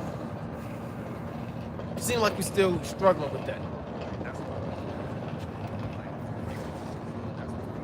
African Americans is the name that America gave us. God called us the Israelites. Okay? So you can't be both. You can't be what your oppressor called you and what God called you at the same time. All right, brother? Is your name Victor? Can I call you Reggie? Is Reggie your name? Huh? Right, so Victor's on your birth certificate. Your name is Victor. Right. Okay? Right. Are you going to respond if I call you Reggie? Right? God called us the Israelites. Right. Man called you African American. What name are we going to go by? Repeat the question. God called us the Israelites. Israelites. Man called us African American. What name are you going to go by? The one that man called you, Right. or the one that God called you? Which is what? So are you an African American? I mean, I don't know how to explain this. I don't know how to explain this. You don't know how to explain what? Take your time. What are you trying to explain, Victor? Because what's it called? Africa's just the continent, Right? It's the continent. but like it has like multiple countries in Multiple countries. it. So like, what would you call? Like from what you said, man called us Africans, right? African Americans. So what do they call the people? Like, unless they know where they're from in Africa, right? What do they call them? See, I'm gonna show you. Give me Acts 17 and 26. See, it's not about what you call yourself. It's about what the Most High God called you. So everybody in Africa, they have a God-given name, okay? They only call themselves African because they were conquered by the Romans. There's a man called Leo Scipios Africanus. He conquered that continent, the people of Carthage, around like 250 or so BC, give or take, right? So he's the one that gave them that name. They've never called themselves Africans, brother. We meet Ethiopians today and they call themselves Kush. Right. I'm Kush. No. We meet Arabs, they call themselves Ishmael. No. So there's a remnant of people on the earth who still identify with the name that God gave them.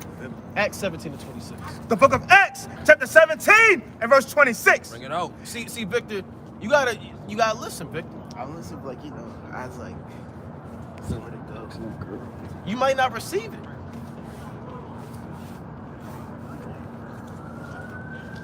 You gonna listen, Victor? All right, read that. Acts chapter 17 and verse 26. And have made of one blood all nations of men. All what? All nations of men. All nations of men. So there are different nations. God deals with nationalities, people that descend from a common ancestor. Okay? So guess what, brother? If I'm from Algeria, right? Libya, Morocco, Mauritania, and that's my land and my nationality, I would be a Hamite from the tribe of Foot. I'll be a Footite, okay? Those are your so-called North Africans. Right. Right? If I'm from Djibouti, Ethiopia, Eritrea, Somalia, I would be a Hamite of the nation of Cush. Father, if I live in Egypt, maybe South Sudan, right? I would be a Hamite of Mizraim. You understand? If I live in sub-Saharan Africa, right? If I live in Zaire or South Africa, the people of Zulu, whatever, I would be a Canaanite. All right? So everybody in that continent, brother, they have a nationality given to them by God. Right. Does that make sense? So you would be an Israelite. Israelite. Although Israel, you can say it's on the continent of Africa, it doesn't mean that you are the same as those people. Right. They come from a lineage that goes back to Ham, one of the sons of Noah. You have a lineage that goes back to Shem, who was also a son of Noah. We're not the same people. Right. Everybody with melanin and brown skin that live in the same landmass are not the same people. Right? Makes sense? You got Koreans, you got Japanese, you got Vietnamese, right? You got Chinese. Are they all the same people? No, you got Moabites. In the Bible, they're called Moabites and Ammonites. Right. All right? So, again, can you be African-American and an Israelite? Technically, you can. All right, well, brother, you can't be. I mean, technically. How? What's it called? From what you're saying, technically, from what you're saying, Africans is the title we gave ourselves. No. You missed it. So you was texting when I said that, right? Africa's the title given to you by the white man. Right. Given to us, yeah. Africans the title given to us, but deep down we're still Israelites. Right. So we can be both at the same time. No, you can't. You can't. Because you can't accept the name given to you by your oppressor Right. as truth. He lied to you when he said that. That's the point, brother. What he gave you is a lie. So you can't be both. You can't mix a lie with the truth. There is no lie of the truth. All right? Does that make sense? Yes? So now can you be African American and an Israelite? No. So which one are you? Israel. Okay, you would be an Israelite. All right, let's deal with that, right? You would be an Israelite. In Deuteronomy 7, God is talking to the Israelites, which means he's talking to what people? There you go, okay, now, Okay. now, All right. now, okay, brother. Okay. All right. Well, now we getting back to it. Right. Deuteronomy 7:1. Listen. Deuteronomy chapter 7 and verse 1. Right. When the Lord thy God shall bring thee into the land whither thou goest to possess it, and hath cast out many nations. Many what? Many nations before thee, the Hittites and the Girgashites Right, listen to these nations. and the Amorites and the Canaanites and the Perizzites, and the Hivites, and the Jebusites. 7 nations, 7 nations. greater and mightier than thou. So God told us when you're going to go into the land of Canaan, there are going to be 7 nations you have to cast out. Okay? Now these are what you used the word what? Pure what? What was that? Pure Africans. These are so-called pure Africans. Right here. Let's see what God said about pure Africans. Verse 2. Listen to this. And when the Lord thy God shall deliver them before thee, thou shalt smite them. Thou shalt what? Thou shalt smite What them. does that mean to smite them? Strike down. God says strike down pure so-called Africans. And utterly destroy them. No, give them mercy. And utterly destroy them. Even if they cry, help me, please. No, I was here first. The Lord said, utterly destroy them. Go on. Thou shalt make no covenant with them, No peace treaty. nor show mercy unto them. Don't give them no mercy. Put them in the dirt, man. Right. Right? They crying out, shut up. Right? They got their hand out, you chop it off, man. That's You right. kick your damn teeth in, man. Right. That's what God said, That's man. right. One crawling away, you grab him by his foot. Right. And then you pick him up, Yeah, and man. you toss him up in the air, man. And the other that brother take his sword. spear, and he threw it at him, Yeah. and spin it in the air, That's man. right. And you jump up on the mountain, and you grab him by his head, and you pull him Power up, bomb. man. Right. That's what God said. That's Read on. Right. Verse 3. Neither shalt thou make marriages with them. Don't marry a woman. God said don't marry no so-called pure African. Don't love them. Read on. Thy daughter thou shalt not give unto his son, Right? nor his daughter shalt thou take unto thy son. Listen to this. Read. For they will turn away thy son from following me. See, you got a lot of so-called pure Africans in your church, brother. Huh? Where are they primarily from? Are they West Africans? Are they East Africans? Where are they primarily from? We're all from Nigeria. Nigeria. All right, now some of those could be Israelites. Some of them could be Hamites. Right? Now read on. For they will turn away thy son from following me, Listen to this, brother. Go on. that they may serve other gods. Like white Jesus. So will the anger of the Lord be kindled against you and destroy thee suddenly. God will be angry with you if you're friendly to a so-called pure African. Did you know that? You didn't know that, did you? They don't teach that. Why they don't teach that?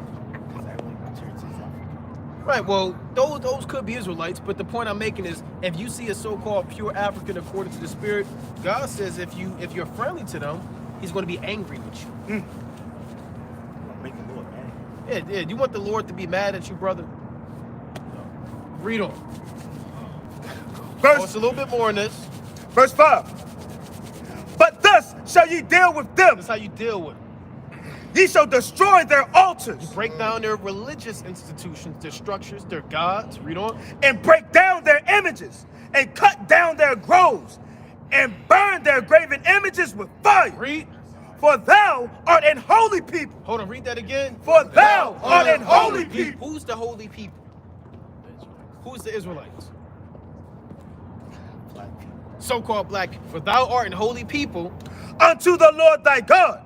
For the Lord thy God have chosen He thee chose the Israelites. to be a special people unto himself, He chose us to be special unto Himself. Listen to this. above all people. Read that again. Above all people. Who's above all people? No. Who? He's the same people that He said are special. Right? So the Israelites are above the white man, right? Right? Chinese man? So-called pure Africans? Are you an Israelite? Are so-called Africans also still Israelites? I'm saying, are you an Israelite? Am I an Israelite? What would you say? Yeah. So are you above the so-called white man? Huh? So can he beat you up if God says that you're above him? There you go, brother. That's right. Right? That's right. See that, brother? Read on. Above all That people are what? that are upon the face of the earth. So, brother, we're going to give you a fly, brother. I know you got to go, right? you would be what according to the Bible?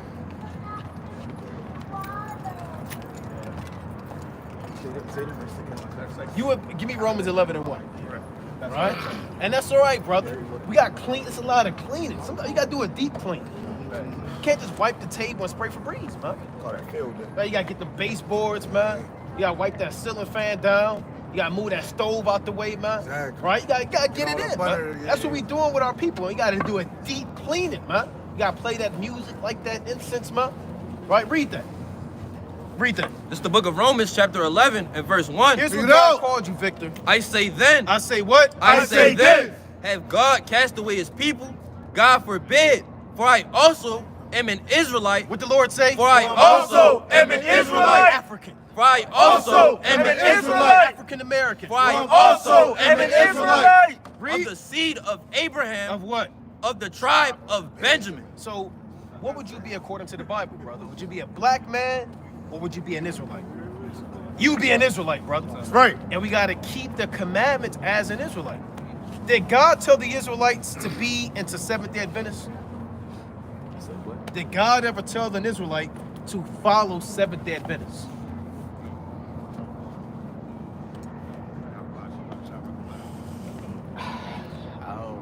I don't know if I can answer that. You said what? I don't know if I can answer that. Well, we can answer it for you. And the answer is no. No. God never told us to follow Seventh-day Adventists, man. Not in there. Right? The Lord said, keep my commandments and live. Right. And my law as the apple of thine eye. Well, if we shouldn't follow the adventures of, like, you know, when should we, what day should we, you know, do it? I'm sorry, say that again, brother. What day are we supposed to do it? What day are you supposed to do what? Like worship. Well, give me Exodus 20 and 8. Right? There you go, brother. That's a good question, brother. Good question. Right? Exodus 20 and 8. The book of Exodus, chapter 20 and verse number 8. Bring it out. Remember the Sabbath day to keep it holy. Now, the Sabbath day, brother, is what? Friday night to Saturday night, right? Is that how you keep the Sabbath? I keep it, yeah, every Saturday. From 6 a.m. on a Friday to 6 p.m. on a Friday to 6 p.m. on a Saturday. Now, according to the Bible, brother, so you're saying that's year round? Year round. Winter, spring, summer, fall? Every day. Well, not every day. Every, you know, Saturday. Every Saturday. Now, brother, give me Genesis 1 and 5. It's not always 6 p.m. All right? Listen to this, Genesis 1 and 5. It's the book of Genesis, chapter 1 and verse 5. Bring it out. And God called the light day, It's the creation, and God called the light day. and the darkness he called night. That's right, 18 and 26. And the evening and the morning were the first day. So the day begins when the sun goes down. Does the sun go down at 6 p.m. every day, brother? Not every day. Not every day, right? Sometimes the sun goes down earlier, sometimes it's later, right? So the Sabbath begins when the sun goes down. Okay? Make sense? Because you might keep the Sabbath there at 6 p.m., but it's the month of December, right? December 20th, brother. And the sun is going down at 4:45. Right. But you said, I'm going to keep it at 6 p.m. So by default, you're breaking the Sabbath, brother. Right. Okay? So you keep it Friday sundown to Saturday sundown, but you can't relegate it to just 6 p.m. Right, Because the right. sun doesn't always go down at 6 p.m. Well, I don't really think that's 6 p.m. Other people, they say that you're supposed to, but for me, it's like, I mean, I already like, you know, worship him every day. I like going understand. to church every day, not like on Saturdays. Okay, on the Sabbath day, according to you, is what time does it begin? You said they say 6 p.m., but what do you say? Sabbath day? Yeah, when does it begin? When the day starts. Which is when, according to the Bible? The time? Yeah. At sundown. So you would have to keep it when the sun goes down. I don't care what everybody else says. We got to do what God says. Right. We've been following everybody for far too long, bro. Right. When the sun goes down, it's the Sabbath day. Right. Friday sundown to Saturday sundown. Do you buy on the Sabbath? Can you sell, buy, work, cook? You can't cook on the Sabbath? It depends. Depends on what? Depends on what? Events. Sometimes there's like events and stuff. Like if you want to have fun, you got the family over, you want to do a cookout or something like that, you're going to the park, you can cook on those days. Give me Exodus 16. See, brother, what we're doing right now, Victor, is we're putting the doctrine of Seventh-day Adventists on trial. We're putting Ellen G. White on trial. And we're finding out that Ellen G. White is lying, brother. Because they're saying 6 p.m. God never said 6 p.m. So she lied. Did she lie, brother, about that? Yeah. Don't be a respected person. Right. Did she lie about that? But Seventh-day Adventist says 6 p.m., right? Is that what God said? Huh? Sunset is usually around 6 p.m. Not all the time. And not all the time, like usually. Most of No, the it's time. not even usually, bro. It's not usually. Right? Rarely does the sun set for consecutive days at 6 p.m. Right. I mean, that's not even, that's not usually, brother. Right? So, is 6 p.m. sunset Sabbath according to the Bible or according to Ellen G. White? According to Ellen G. White. So, who's right, Ellen G. White or God? So she lied, right? She lied. Did she lie? I'm not gonna comment on that. Well, why aren't you going to comment on it, brother? You gotta speak the truth, man. You gotta speak the truth. Give me the classic. We're gonna give you one more. Give me Isaiah, the classic, 29 and 13. Right?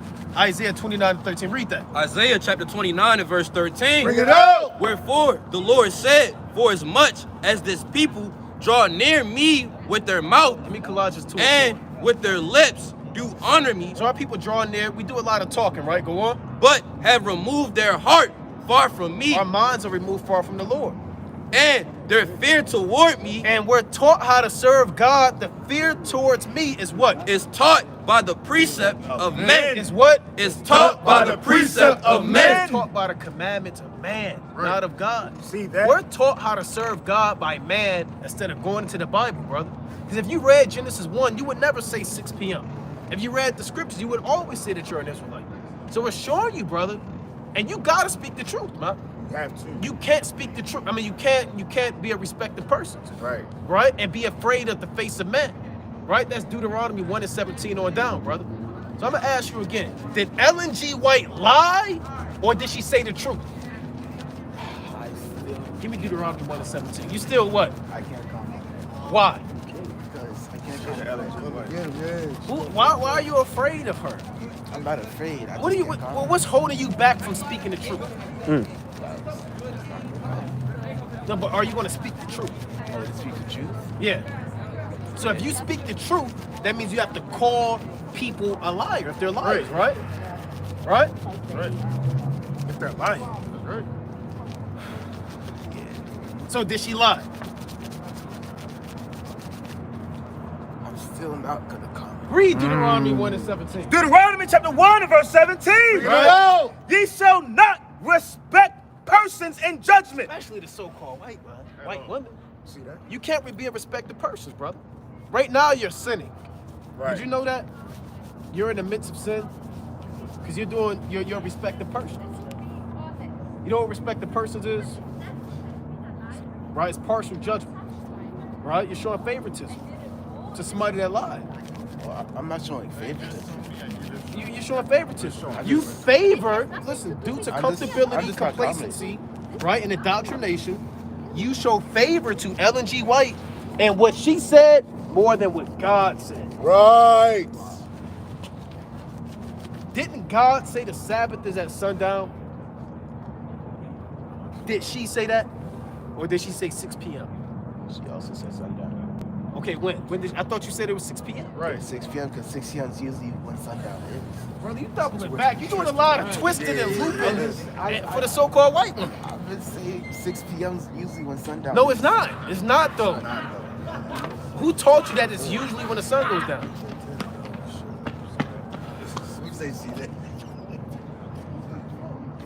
Can we be homosexuals and Seventh-day Adventists? No. Can we be effeminate? What? Effeminate. Yeah. Have female-like tendencies Oh. as men? I You don't think so?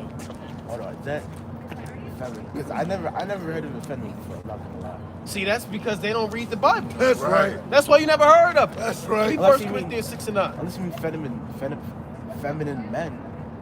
Is that what you Right, mean? that's what that, right. Can you be a feminine man? Oh. Effeminate. Sugar. No. Right? Now, I'm a triple down, brother.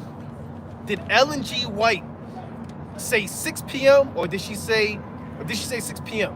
sunset? She didn't say that now. She didn't say the Sabbath is at 6 p.m. Where'd you get 6 p.m. from? Sunset is usually around 6 p.m. Prove it. Prove that sunset's usually around 6 Right. p.m. Like, right now. Yeah, prove it right now. You got it. Give me that Deuteronomy 1 and 17. Read it again. This is Pull up timeanddate.com and we're going to pull up the sunset. Read that. see that. This is Deuteronomy chapter 1 and verse 17.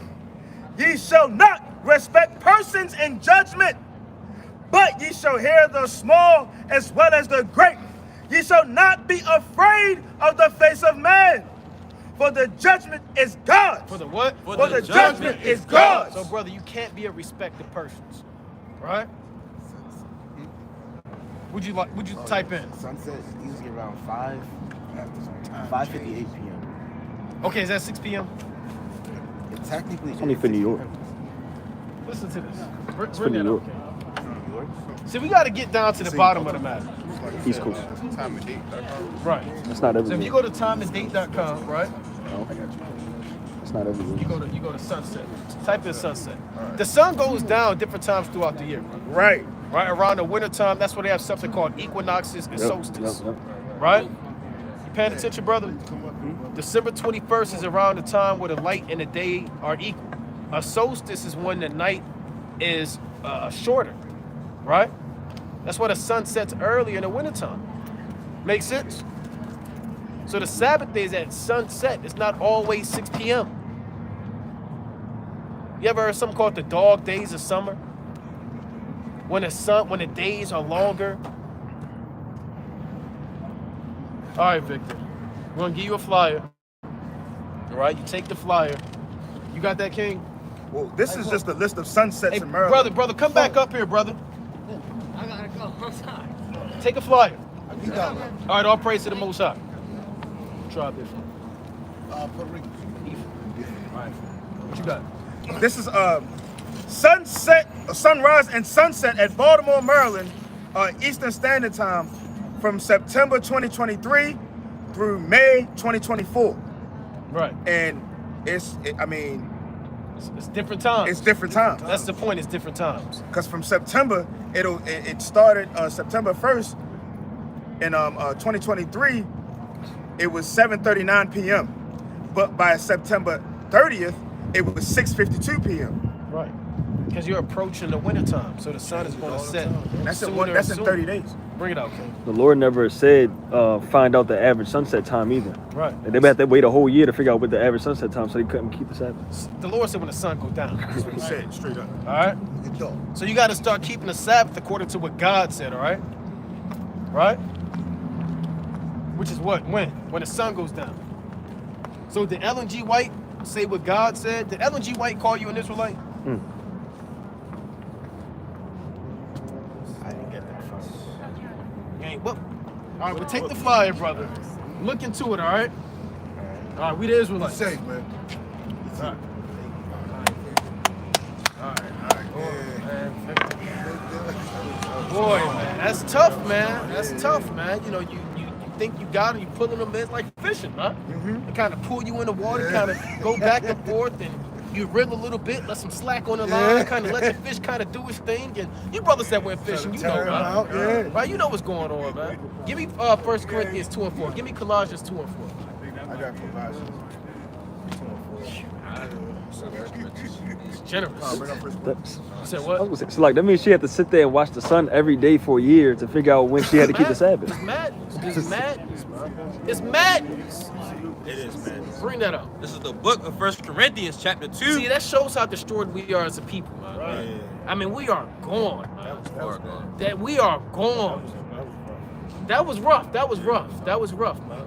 That stuff, man, that's what drains you when you damn done with Cat, man. Right, read that. 1 Corinthians chapter 2 and verse 4. Bring it out. And my speech and my preaching was not with enticing words of man's wisdom. Of what? Of man's What is wisdom. Christianity? Of man's wisdom. Right, of man's wisdom. Go on. But in demonstration of the Spirit and of power. So the Most High's not dealing with man's wisdom, man. He's not dealing with all of these damn drag queens and homosexuals, man. Right. Right? He's not dealing with Joseph Smith, the child molester, Right. man. He's not dealing. Pull up Ellen G. White and type in slavery. That's all you gotta do. Right. Just type in Ellen G. White and put slavery, man. He's not dealing with who else we got up there, man? Charles T. Russell, right? Jehovah Witness, man. Right. Joseph Smith and Mormonism. Mary Baker. What is that? Christian Science. Where is that at? Christian Science, man. Right. Right in this damn demon so-called Allah, man. Right. Where is it at in the scriptures, man? Right. Right? The papacy. Right? The Most High's not dealing with man's wisdom, man. Right. That's what got our people destroyed, man. Right. Following man's wisdom. Read it from the top, 1 Corinthians 2 and 4. 1 Corinthians chapter 2 and verse 4 from Read. the top. Read on. And my speech and my preaching was not with enticing words of man's wisdom. Of what? Of man's wisdom. Read. But in demonstration of the Spirit and of power. So the Lord, when the Lord sent the Apostle Paul, he came in a spiritual power. You knew he came of Yahweh Bashem Yahushua. Right. He wasn't out there using big words and sleight of hand, man. He had spiritual power. He was raising the dead, healing the sick, breaking the word down, causing riots in the city. He came in spirit and power, man. Give me Colossians 2 and 4. Give me 2 Corinthians chapter 2 and give me verse number 17 and hold 1 Thessalonians chapter 2 and 3. Read that. It's Colossians chapter 2 and verse 4. Bring it out. And this I say, lest any man should beguile you with enticing words. With what? With enticing words. Christianity's enticing words, man. Of what? For though I be absent in the flesh, yet am I with you in the spirit, Right? joying and beholding your order and steadfastness of your faith and Hamashiach. Let's sit on that, man. Give me that. 1 Thessalonians. 1 Thessalonians chapter 2 and verse number 3. Bring it out. For our exhortation was not of deceit, nor of uncleanness, nor in guile, but as we were allowed of God to be put in trust with the gospel. And she wasn't put in trust with the gospel. Right. Right? You have prophetess in the Bible, man. Righteous woman, man. You have Miriam in the book of Exodus. Give me Exodus 15 and 20. Give me Judges 4 and give me verse number 4. Give me the book of Acts, chapter 21, and give me verse number 7. Right? Go on. Even so we speak, not as pleasing men, but God, which trieth our hearts. And Christianity is about man pleasing, man. It's about pleasing Ellen G. White, man.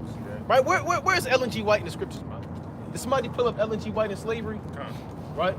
Right, what came up? This is from the Ellen G. White, right? It's called the White Estate.org, right? In which it's like it reads in the statements, Ellen White was distinguishing between the pious slave and the ignorant slave who knows nothing of God. Who knows what? Who knows nothing of God. What did she say? Who knows nothing of God. You got the pious, meaning the righteous slave, and the ignorant slave who just don't know a damn thing. Nothing of God. Who knows nothing of God. And who is she to make that call? Right. Right? Go on, King. Regarding the latter, she stated with prophetic insight Now she had prophetic insight. that the most compassionate act for a just God would be to let such slaves remain in their graves, not to be resurrected for judgment. Oh, Wow. wow. Hold on. Where is that at in the scriptures, man? Making these calls. Just remain in your damn grave. Isn't that Revelation chapter 11? Right? 8 on down. Right. Right? They saw the two prophets, man. Right? And didn't allow them to be put in the grave. They said remain in the damn grave. And don't get resurrected, man. Wickedness, man. So you got Stephen, he was a martyr to the Lord. Right. Antipas, right? Antipas, man. Right? All of our forefathers that died in the Lord, man. The Apostle Paul was beheaded, man. Right? Peter was crucified, man, upside down. Andrew was crucified on an X-shaped cross, man. Right. Many men, one of the apostles was skinned alive, man. I believe that was Nathaniel, if I'm not mistaken, man. Right? Nathaniel Allah, man. Right? Thomas was thrown off a cliff and beaten with a damn sticks, man. but they don't get no resurrection. Mark was drugged, I believe. Drugged Yeah, by yeah. a horse. That's right. Died. That's right. So they don't get no resurrection. That's what she taught, man. Dang. Right? So the Lord is not dealing with Ellen G. White, man. Not at all. If Ellen G. White was here, I put in a headlock, man. Right. Right? In wisdom, knowledge, and understanding. Right? Through the spirit, you gotta say that makes everything right. Through wisdom, knowledge, and understanding. And righteousness. And righteousness, man. That's right. And righteousness, man. Right? Go read on, King. 1 Thessalonians No, chapter that's 2. it on that. Go to God. 2 Corinthians 2:17. 2 Corinthians chapter 2 and verse 17. Bring it out. For we are not as many which corrupt the word of God. We're not like Christianity that corrupts the word of God. Seventh-day Adventists, you can worship white Jesus, but also don't eat pork. That's wickedness, man. Right. Here am I not eating pork, but I'm worshiping white Jesus, man. That's madness, man. Right? Read on. But as of sincerity, And we have to be sincere. It's not sincere to say that slaves don't get no resurrection, man. That's not sincere. Go on. but as of God, in the sight of God. Hey, brother, you got a minute for the words of the Lord, brother? The words of the Let's Lord. read you one verse. One verse. One verse, brother.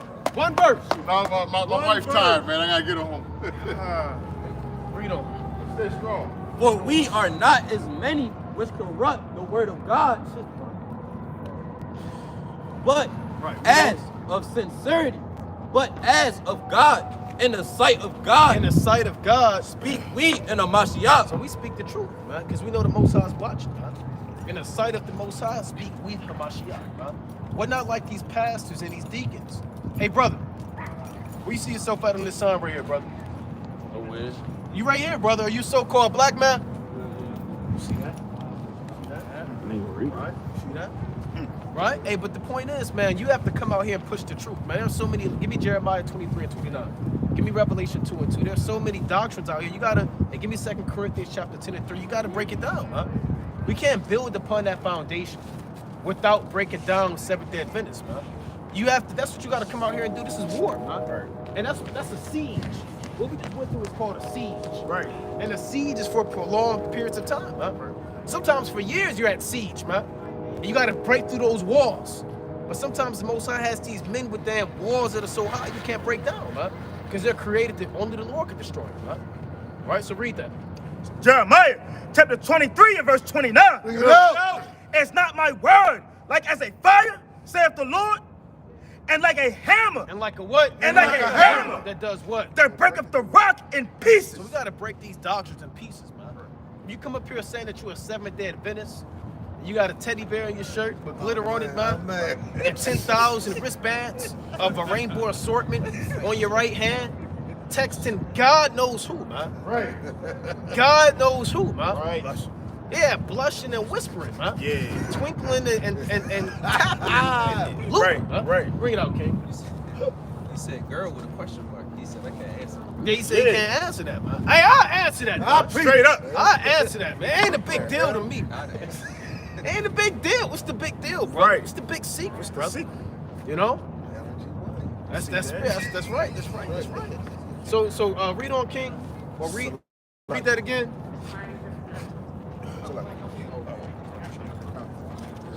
23 and 29. Hey, brothers, commit the words of the Lord, brothers. One verse. One verse, brother. Read them. Jeremiah 23 and 29. It's not my word like as a fire, saith the Lord, and like a hammer, And like a what? and like a hammer that breaketh the rock in You pieces. gotta break things in pieces, man. You can't just come up here and we just go for that, man. You say you're a Christian, a Muslim, and we try to build and teach you on top of that, man. No, we gotta break that down first, man. Sometimes you gotta break these walls down and these doctrines down and let them know they're living in the lie, man. He couldn't even say, he said no comment, man, that she lied, man. He couldn't even confess that he was in a lie, man. Right, give me Revelation 2 and 2. Revelations chapter 2 and verse 2. Bring it out. I know thy works. I know thy what? I know thy works. And thy labor, and thy patience, and how thou canst not bear them which are We evil. can't stand them that are evil, man. Right. I can't stand that Ellen G. White, man. See that? Right? We want Ellen G. White in the cotton field, man. Right. We want to beat your back in, man. We want you in slavery and captivity. That's right. Read on. And thou hast tried them which say they are apostles and are not, And that's what? and are not, and has found them liars. And we found them liars. You got to put them on trial. Right. That's what they did in the ancient world. You can't let a false apostle come up and beguile you with sleight of hand and trickery, and you just follow them, huh? Right. Right? Hey, family, I got a minute for the words of the Lord. I speak the Lord right now. What's the Lord's name? See that? See that? What the fuck? That was mad. Drunk. That's our people destroyed, man. Yeah, destroyed. Destroyed, man. And they think that's cute, They think it's cute. They think it's cool. right? So read on, King. And has tried them. Read that again. And thou hast tried them, No, we let them get by. and Thou thou hast hast tried tried them. them. Yeah, you be a damn fool, man. You just let a guy, he got a wizard hat on, he got a staff in his hand, he look like Gandalf, Right. and he come with sorcery and witchcraft, and you just let him hold posts, right? Oh, come on, just hold posts, man. We don't know what you into, just hold it down. Man. He take out his big book, man, with 3 exclamation points on it, man, with the ruffled ancient pages, man. Right, and the skull. Right, with a damn skull on it, man. Bro, I don't know what you into, brother, but you hold it down right there. Hold it down. You an Israelite, hold it down. No, man, you gotta question these guys, man. Right. You gotta put stuff on trial, man. You gotta press out these doctrines, man. You gotta press out these demons, man. Right? That's what the Lord said. Put it on trial, but what is this going into? Okay, how come she said that? Okay, but what about this? Right? You have to try them, which say they are apostles and are not, and that's what? And are not, and has found them liars. And that's what? And has found them liars. Give me Isaiah 44 and 25, man. And has found them liars, man. So we're going to defend you, how about Shmi Abashai? Right. We're not just going to let people, especially our people, be content with indoctrination, wine, and philosophies, man. How would we be able to sleep at night, man? Read Proverbs chapter 24:11 on down, man. Right, let me actually get that first. I know we called it a lot. Give me Proverbs 24 and 11. Yeah, I just Then we're going to go to Isaiah. First, give me Isaiah 44, 25. Salakia. Isaiah chapter 44 and verse number 25. Look it out. That frustrateth the tokens of the liars So this wisdom frustrates liars. They get all bent out of shape. Go on. and maketh diviners mad. And then make diviners mad. False prophets get mad, huh? Right, read on. That turneth wise men backward Turn wise men backwards and what? and maketh their knowledge foolish. And does what? And maketh their knowledge foolish. What does this truth do? And maketh their knowledge foolish. It makes your truth foolish, man. You look like a damn fool, man, when you come up against Yahweh Shmi Abashai. Right. Because you're not coming up against us, man. You can't go toe-to-toe with the words of the Lord, man. Right. Right? This like in you watch Kill Bill, this that Hattori Hanzo sword, right? Hey family, come here the word to the Lord. Good thing. See that? Everybody here for that damn CIAA. CIA tournament, man. Jake pulling out their old Letterman Right. from Tuskegee, man. Right? Taking out their damn scarf from what's that, Morehouse, man. Right. You done took the damn Greyhound. Right. Right? Like this 1950, man. That's the main Negroes that's up here, man. Right. Right? They didn't travel from all these HBCUs Right. to watch Jake be a damn spectacle, man. Right. And what are you looking at? What are you No, looking I like you guys. What do you like about us? Isn't your husband right there? What do you mean you like these men and your husband is right there? I like you too. Hey. Are you gonna let her say that? He doesn't care. He likes you too. Wow! We're not into that. Not at all. We're not into that. Not at all. I like them too. You said what? We don't like them either. You don't like who? I don't like Trump and I don't like those people. How know we're talking about Trump? Well, you are. We're actually talking about the so-called white women right now. Right. We're talking about the we're talking about the so-called white women. I didn't do anything to you. Damn, they are finished, man. Hey, man. They are finished, man. He likes you too. You're not dealing with that, man. At all. And he starts smiling, man. Right. All pink. No We're words. not dealing with that spirit, man. That was supposed to go like that. Right. Right. We weren't expecting that, man. Sometimes what they say get you off guard, man. Yeah. That was curveball. Yeah, don't put damn spirit on it, man. Right? So let's finish that. Read on. So we read Isaiah 44. Right? The point is this wisdom turns your doctrine and your knowledge into foolishness, man. Word to the Most High. It'll make you look like a fool up here. Hey, you scratching, confounded, blank face, stuttering. We've seen many men get confounded when you come against Yahweh Shmi Abashai. Right. And our wickedness, we got confounded, man. Right. There was nothing that we could do against the word. Our Right. knowledge that we had, whether you came in from Christianity, Right. or you was into Blackishness, or all of the mysticism, or agnostic, or Islam, whatever, all the knowledge you had prior to Yahweh Shmi Abashai, the Most High made it foolish, man. And all you can do is what? Get down and lay down, huh? Right. And confess that this is the word of the Most High. Right? What you hold? Proverbs 24:11. Read that. This is the book of Proverbs, chapter few more. 24, and verse 11. Right. If thou forbear to deliver them that are unto death, If you don't save those men that are drowning in lies and doctrines, read. and those that are ready to be slain, And what? and Those that are ready to be It's slain. coming to our people. And those that are ready to be slain. See the people, our people, Right. and you know they're ready to be slain. Read Ezekiel 33rd chapter. We see Right. the sword coming on the land, man. Right. We see World War III, Jacob's trouble, martial law, all hell breaking loose. If you see men of your nation that are ready slain, read. if thou sayest, behold, we knew it not. I know he was in Christianity. Right. I didn't know he had any Right. feminine spirit. I'm not going to speak on that, man. Right? I'm not going to say that Islam is right or wrong. I'm going to be, straddle the fence. I don't want to be, I don't want to ruffle his feathers. Be politically correct, right? The Most High's not dealing with that spirit, man. If you say, behold, we knew it not, Doth not he that pondereth the heart consider it? right? And he that keepeth thy soul, doth not he know So it? the Most High sees your spirit, man. The Most High knows your level of integrity. When you see people in lies and you don't say nothing, the Most High marks you, man. Right. When you see people living in a life that's about to bring them to death, and you don't call out to save them with the words of God, the Most High watches that, man. It's like us out here, like we always, speak on. We just talk to the camera all day. It's 50 sheep up here. They all got questions, man. Put your damn. We're not out here to teach you, man. And we get right into the camera, man. Right? Wait till we done. Just give them all the flyer, man. And then you shoo them all the way, man. But they don't want to leave, so you get a brother with a staff and he push them away, man. See that? Until a fight break out, then we get into a fight, man. And everybody go to jail, man. Right? That's wickedness, man. Madness. That'd be a folly camp, man. When you see your people ready to be slain, you're obligated, you're responsible, right? To keep the law. And the Lord said you can't stand against the blood of your neighbor, Right. right? In Leviticus the 19th chapter, right? So standing against your blood of your neighbors, you see your brother's blood getting shed, and you stand against it. Are you supposed to be for your neighbor when his blood is being shed? Defend your neighbor, huh? Right. According to the wisdom, knowledge, and understanding the Most High gave us, huh?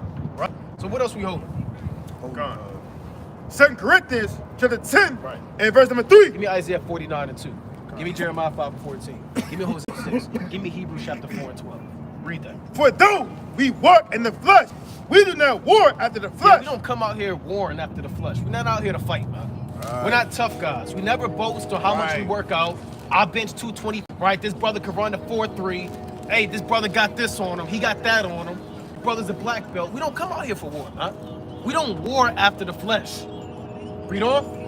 For the weapons of our warfare are not carnal, but mighty through Yahweh, Right? to the pulling down of strongholds. To the what? To the pulling down of You strongholds. gotta pull down strongholds, man. Like an ancient war, you would pull down the walls of the city, man. To the pulling down of strongholds, which is philosophies, doctrines, politics, anything that comes against Yahweh by Yahushua. Right, read on. Casting down imaginations and every high thing And what? And every high thing. And every high thing, that exalts against the knowledge of Yahweh, right? and bring it to captivity. And we got thoughts captive, man. Because when you take a city down, you don't just turn around and say, well, that was cool. We took the walls down. And you just turn around, man. Read what happened in Jericho, man. Right.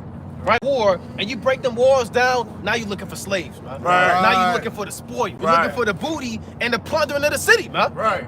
So when we break the walls down, our eyes get big. Oh, man, it's go time now, man. Once they start confessing that they lived in, we get excited, man. Right. We see the spoil coming, man. Right. When they start, I kind of see what you guys saying. We're gonna keep battering the wall, man. Right. That's the perfect opportunity to put more force into battering the wall, man. Right. You don't have the brother saying, I kind of see what y'all saying, and then you just change the whole topic. Let's go to Revelation 7, right? Right? Hey, brother, what are you doing, brother? Right. The wall is cracking. Right. The wall is about to fall, and Right. you want to go, damn, do this, man, and start digging ditches. Keep your on the wall, man. Right. Keep the battering ram on the wall, man. Pull up a battering ram, Lava Kababa Kashab. Read on, King. And bringing into captivity And bring it what? And bring it into captivity. And we got to bring it to captivity every what? every to the obedience of So Hamashiach. we got to take your thoughts, bring them in bondage until Yahweh Shah. Right. That's our job, man, to come out here and go to war, man. Spiritual war. break the walls down, take your thoughts captive, and bring them under your how about. See that? Hey, brothers, come here to word to the Lord. Yeah, and pretending to shoot his brother with a damn fool. Huh? Yeah. How wicked you be, huh? Right? And having a readiness to avenge all disobedience. You gotta be ready for war, man. You gotta be ready to revenge all disobedience, man. You gotta be ready to teach our people how to do the right thing, man. You gotta be ready to break down strongholds, man. How many strongholds do we? John 3:16. God loves all people. Cornelius is an Edomite. Right. All nations could be saved. Right. He said that Mary was a virgin. People want to attack that point, man. Right. Right? Mary was a virgin. They say that the Trinity. These are all of the different strongholds, man, that we got to break down, man. Right. And we're ready to break those down. We got to be ready to revenge all disobedience, man. We come up with John 3:16, man, we start smiling, man. We ready to cut that down, man. Say all nations can be saved if you want to, man. Right. Bring up John 3:16 if you want to, man. Right? Say Cornelius is a so-called white man if you want to, man. Go to Acts 10 and say we can eat pork if you want to, man. Right. You don't think we ready to revenge all disobedience, man? Isn't any warrior, even every father, he's ready to revenge disobedience, man? When your son is going off, right? Your daughter going off, hey, you ready, man? You get that belt, and you ready to whoop their ass, man, and set things straight. You got to be ready to set the record straight, man. Right? That's the spirit that brothers got to be in, man. Read on, King. And having a readiness to revenge all disobedience. When your obedience is fulfilled. On you right. So you got to make sure you get right first, where you can help get our people right, man.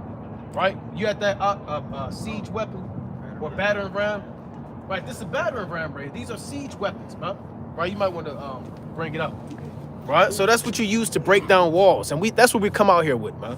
We got spiritual battering rams, engines of war, trebuchets, onagers. Those are different weapons of war, man. Right? Bring out what else we call it. This is the book of Jeremiah, chapter 5 and verse 14.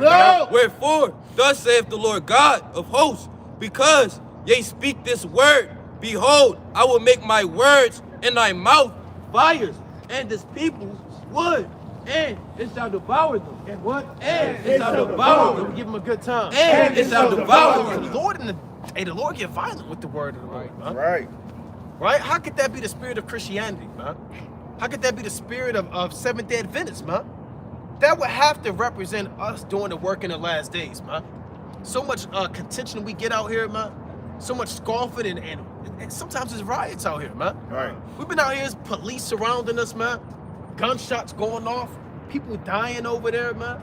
All hell be breaking loose at camp, man. Right. Because the word that we bring out, it invokes all these demons and it's a fire, man. Right. So give me what else I call it? Hosea 6. Hosea chapter 6 and verse number 5. Bring it out. Therefore, I have healed them by the See, prophet. the Lord said he cut you down, man. Didn't Samuel hew Agag in pieces, man? The Lord said we cutting the people down with the word of the Lord, man. I hewn them by the prophets. I have slain them by the words of my mouth. I have done what? I have slain them by the words of my mouth. I have slain them. I have killed them with my word, man. Right? That's what the Most High said, man. So it'd be a lot of blood out here after camp, man. For real. That's why brothers say he leaking. It's a bloody scene. See a video, Christian gets his head chopped off, man. 5 body bags, head blown off, man. Right. Blood everywhere, man. Right. Right? And it's spiritual, man. Right. There's been more spiritual killings at this harbor Right. than any place in Baltimore, man. Right? The crime rate out here in righteousness is at an all-time high. Right. That's right. Right? This is the hot spot of activity right here. Right. This is what the Lord do is get back in. Right. That's right. That's Right? right. This is what the Lord do is talking, man. This is the spot right here through the spirit and power of Yahweh Shai, man. Right? Where there's many doctrines being broken down, many lies being exposed, and the word of the Most High being magnified, man. Right? Commit the word to the Lord, brother. Right? So the Lord, he has slain them by the words of my mouth, man. Go on. And thy judgments are as the light that goeth forth. And his judgments are as the light that goeth forth, man. So what we out here for is for spiritual warfare, man. Right? We want to go to war. We want to break the walls and the mentality of our people into pieces, man. That's how you're going to receive the words of life, man. Right. You can't say I want to build a temple on a crooked, nasty foundation, man. You have to break all these buildings down, break all the stone down, get a jackhammer, break open the foundation, get you a wheelbarrow, pick up all of the rubble, cart it away into a damn dumpster you rented, sweep and get it all out, and then you can lay the foundation. Right. And that's what the Most High sent us out here for, through the spirit and power of Yahweh Bashmi Abishai. Right? Give me Revelation chapter 18 and 21. Give me Genesis chapter 49 and 1. Give me the book of St. John, chapter 12, give me verse number 28. It's Revelation chapter 18 and verse 21. You got to give the word to the Lord, brother. Shalom. Shalom, brother. What's going on, brother? Well, I'm just here to listen. Okay, you know you're an Israelite? Yeah. What tribe you from? I think the Judah tribe. Why you say you think? I'm still learning. You still learning? Okay, that's all right, brother. It's good to still learn, huh? Right? So read on, King. Revelation chapter 18 and verse 21. Look it out. And a mighty angel took up a stone like a great millstone. You had any questions, brother? I'm listening. Okay, go on. And cast it into the sea, saying, thus with violence. Thus with hugs. Thus with violence. LNG White. Thus with violence. Seventh-day Adventist. Thus with violence. Read. So that great city Babylon be thrown down and shall be found no more at all. That's right. Give me Genesis 49.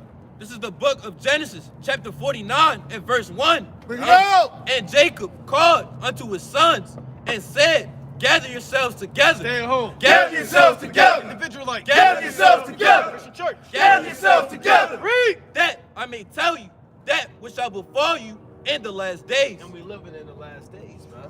You got Trump and Zelensky going at it, man. Right. All hell breaking loose in the White House. Right. Wars going on, pestilence and plagues and bird flus and people dropping dead and recalls and all hell is breaking loose in the society, man. Right. So the Most High said, gather yourself together as the Israelites that he can tell you what's going to befall you in the last days, man. And again, we living in the last days, man. The so-called white man's kingdom's going down. Right. The Most High is waking up the Israelites, man. Right. He has the people ready to press the button. Right. Child molesters are going to be destroyed. Right. Pedophiles and sex offenders, man. All this the Most High going to clean the society up, man. Right. And he's going to set the true men of Yahweh Bashmi Shai set up to put the earth back in their rightful order, man. Right. The animals have to get put back in order, man. Right. Right. The water has to be clean. Right. The air has to be clean. And we're going to have a lot of work to do through the spirit and power of Yahweh Bashmi Shai, man. We're going to have to break up all this asphalt, man. All these tanks and all these planes and bullets and trash. And we got a lot of work we're going to have to put these heathen to do, man. Right. We're going to be working for years and years and years, man. Read Ezekiel the 39th chapter, man. Read these different accounts, man. There's going to be a lot of cleaning up for you damn heathen, man. And the Most High is going to put us in order, man. Right. And he's going to allow us to have spiritual power, and we're going to have the laws in our inward parts, man. Right. And every decision we make is going to be perfect, man. Perfect. For our nation and against you heathen and for Yahweh Bashmi Shai. That's right. Imagine that every decision you make is perfect, man. There's no doubt. It doesn't backfire on you. You don't second guess it. You don't have to get counsel. We're not going to have to get counsel from brothers in the kingdom, huh? Right. Everything's going to be perfect and in order. And if you want the earth in order, and you want your people in order, you got to come out here and do this work, man. That's right. Right? The Most High said in Luke the 20th chapter, neither shall they say lo here or lo there, huh? But the kingdom of the Most High is where? It's within you, huh? So you got to come out here and labor. Put your hand to the plow and do the work that the elect can get sealed and the Most High can bring this place down. Give me the book of St. John 12 and 28. St. John to the 12th, verse number 28. Bring it out. Father, glorify thy name. What Yahweh say? Father, glorify thy name. What the King of Kings say? Father, glorify thy name. What the Prince of Life say? Father, glorify thy name. Read. Then came there a voice from heaven saying, I will glorify it, and I will glorify it again. And with that, we want to give all honor and glory to Yahweh. Bashima Mashiach, Kwame like Yahushai. Kwame Yashala. Kwame Yashala. Kwame Yashala. Kwame Yashala. Kwame Yashala. Before any word, the next powerful, dynamic, electrifying speakers on the scene. Shalom. Shalom. Come. Right? And the brother brought it out mighty through the spirit, right? As always. Right? As always. Right? Can somebody give me the book of Psalms, chapter 34. Psalms 34 and 1. Right? Right? All praise to the Most High. Right? For another Shabbat. Right? Another chance to, come out here and give the spiritual sacrifices. Right? Psalms 34 and 1. Psalms 34 and 1 in the read. Look it out! I will bless the Lord at all times. What the Lord say? I will bless the Lord at all times. Only on the Sabbath. I will bless the Lord at all times. Go ahead. His praise shall continually be in my mouth. My soul shall make her boast in the Lord. The humble shall hear thereof and be glad. Oh, magnify Yahweh with me. Oh, what? Oh, magnify Yahweh with me. No, brothers, just alone. Oh, magnify Yahweh with me. Right? So we come out here week in and week out to magnify the name of the Lord. Right? Give me 1 Corinthians 14, I want 33. Right? What's going on, brother? What's your name, King? My name? Huh? My name Todd. Todd? Tariq. Tariq? Okay, nice to meet you, brother. I'm You Dewan. can call me Recon. Recon? Reconi. Reconi? All right. Gone. So how long you known you an Israelite? See, probably like I've been studying it for like 2 years. For like 2 years? Okay, come. So what you know about the commandments? All right. Give me I want Sirach 24 and 23. Sirach 24 and 23, and then give me Sirach 17 and 11. What do you Sirach mean? Sirach is one of the books of the Apocrypha. Okay. When you're reading the Oh, Apocrypha, y'all read that one. right? I never got to read that one yet. So this book is called Ecclesiasticus, Okay. but it's written by a man named Sirach. Okay. So that's why we call it the Book of Sirach. Because sometimes people get confused. You have Ecclesiasticus and you have Ecclesiastes. Yeah. So this is the Book of Sirach. Give me 17 and 11 first. Con. And then, It's the book of Sirach, chapter 17, verse 11. start at 10. Verse 10. And the elect shall praise his holy name. Right? The elect of the Most High, they're going to praise his holy name. Right? Go ahead. Besides this, he gave them knowledge and the law of life for inheritance. And the what? And the law of life for inheritance. So the laws that are in the Bible, those are the laws of life. Right? The laws of life was given to us through the hands of Moses as a heritage. Right? Bring that up. 23.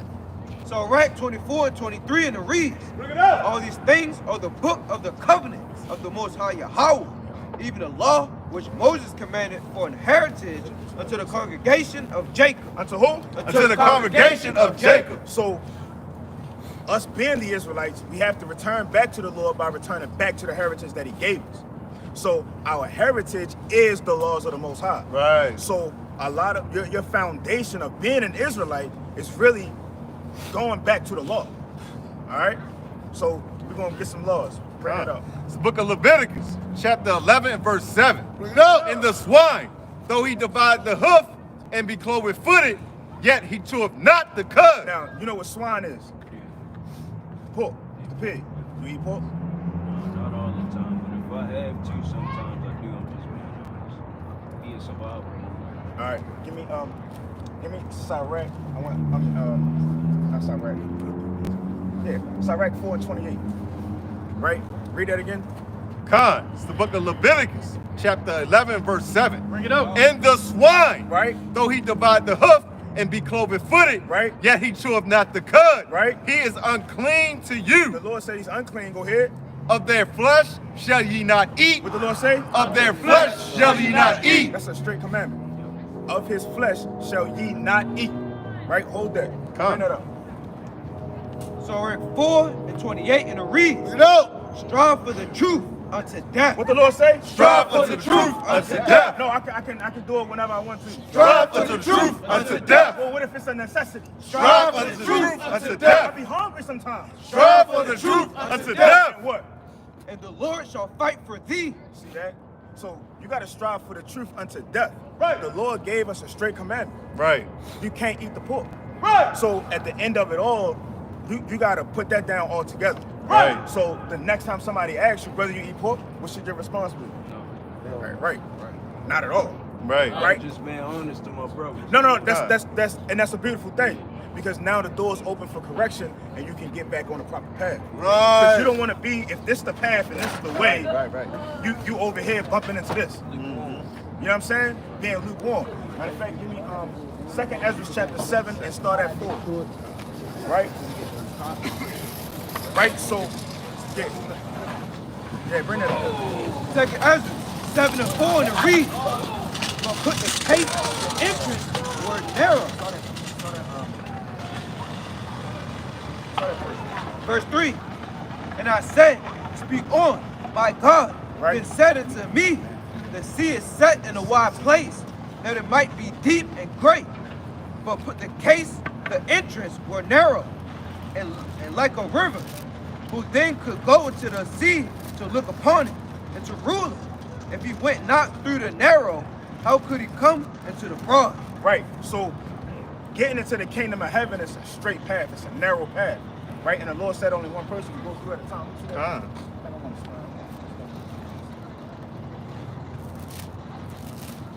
All right, that's what I want. That's what I want. Verse 6. There's also another thing. A city is built and set upon a broad field, and is full of all good things. The entrance thereof is narrow, and is set in a dangerous place to fall. Right? So the entrance is a narrow entrance, and there's a place to fall. Keep going. Like as if there were fire on the right hand. Right? So you got fire on the right hand, right? You can burn yourself. Go ahead. And on the left, a deep water. And in a deep water that you can fall into and you can drown in. So you got fire on the right hand, but you got the deep water on the left hand. Keep going. One only path between them both. Right? Hold that. So you got the straight path, you got fire on one side, and then you got the water on the other side. If you're not walking in that straight line, you're either gonna get burnt, or you bound to drizzle. Right. You see what I'm saying? So we gotta make sure we walk in the path. Bring that out. We're coming back to that. Book of St. Matthew, chapter 17, verse 15. Lord, have mercy on my... 14. Verse 14. And when they were come to the multitude, there came to him a certain man, kneeling down to him and saying, Lord, have mercy on my son. Right, so this is a man coming to Christ. Right, Yahweh Shah in the Hebrew, saying, have mercy on my son. Go ahead. For he is lunatic. Right, he's a lunatic. Right, he's kind of lost his mind. Go ahead. And sore vexed. Right. For of times he falleth into the fire and off into the water. See that? So oftentimes he's getting burnt in the fire. Oftentimes he's drowning in the water. Meaning what? He's not walking the path the right way. So him not walking the path the right way, causing harm to himself. Right? So his father is pleading to Yahweh Shah on his behalf. Right? Keep going. I can make a statement. Right, go ahead, brother. Relate that to story. Because my father did the same prayer for me. Just so I can find sanity. See that? So what it's talking about you then. You this lunatic that he's speaking on. Right? But what happens at the end of it? Let's keep going. Bore him to thy disciples. Right. And they could not cure him. Right? So your father praying on your behalf, you might have went to a church. You might have spoke to brothers that maybe spoke some African paganism. You might have spoke to different to try to find the right way. The mosque. So there you have it. Going to the mosque. So we go to these different places trying to find the right way. But when you go to these different places, what happened when they went to the disciples? Then Yahweh showed I can go back a little bit. And I brought him to thy disciples, right? And they could not cure him. And what? And they could not cure him. They couldn't cure you. The mosque couldn't cure you. The Christianity couldn't cure you. None of these different philosophies and doctrines could cure you. Go ahead. Then Yahweh shall answer and say, "O faithless and perverse generation." Right, because we don't have the understanding of the truth. So because we don't have the understanding of the truth, we don't really have faith in the truth. We know what it is, you know what I mean, that we're trying to put our faith into. Right. Right, keep going. How long shall I be with you? How long shall I suffer you? Right. Come hither to me, and Yahweh shall rebuke the devil. And he did what? And Yahweh shall rebuke the devil. Right, so it takes the Lord to rebuke these demons. It takes you having trusting in the Most High, right, through Yahweh Shah to get these demons off of us, right? And that's not just you, that's all of us up here. Right. We've all tried different ways of life, different walks of life, and it didn't lead us anywhere. Where did it lead us? Getting burnt in the fire and drowning in the water. You know what I'm saying? Like you said earlier, we seek the until death. Right. You gotta seek the truth. And in that seeking of the truth, it takes that humility. You humble down to the word of the Lord, but in your humbling down to the words of the Lord, it's going to cause you to stand firm. You know what I mean? While you walk in his life, right? So, Khan, that's it on that. We can go back to this. Second Ezra 7. Khan is like yes or agreeing. All right. Second Ezra 7 and 8, continuing to 8. Even between the fire and water, so small that there could but one man go there at once. Right? So it's only one man that can go through at once. So as you on your path, you know, I speak for myself. When I started coming out, I was coming out with different brothers. And you know, a lot of the brothers that I came out with, Some of them fell back into the world. Some went into different congregations. You know, brothers may start doing different things or moving differently. But you got to walk the path that the Lord set out for you, because what's at the end of the path? Keep going. Come. If the city now were into a man for an inheritance, right? For an inheritance. You'll get this city for an inheritance. If you walk that path, you keep these commandments, you keep the laws, faith in Yahweh Shai, you'll get to that city. Keep going.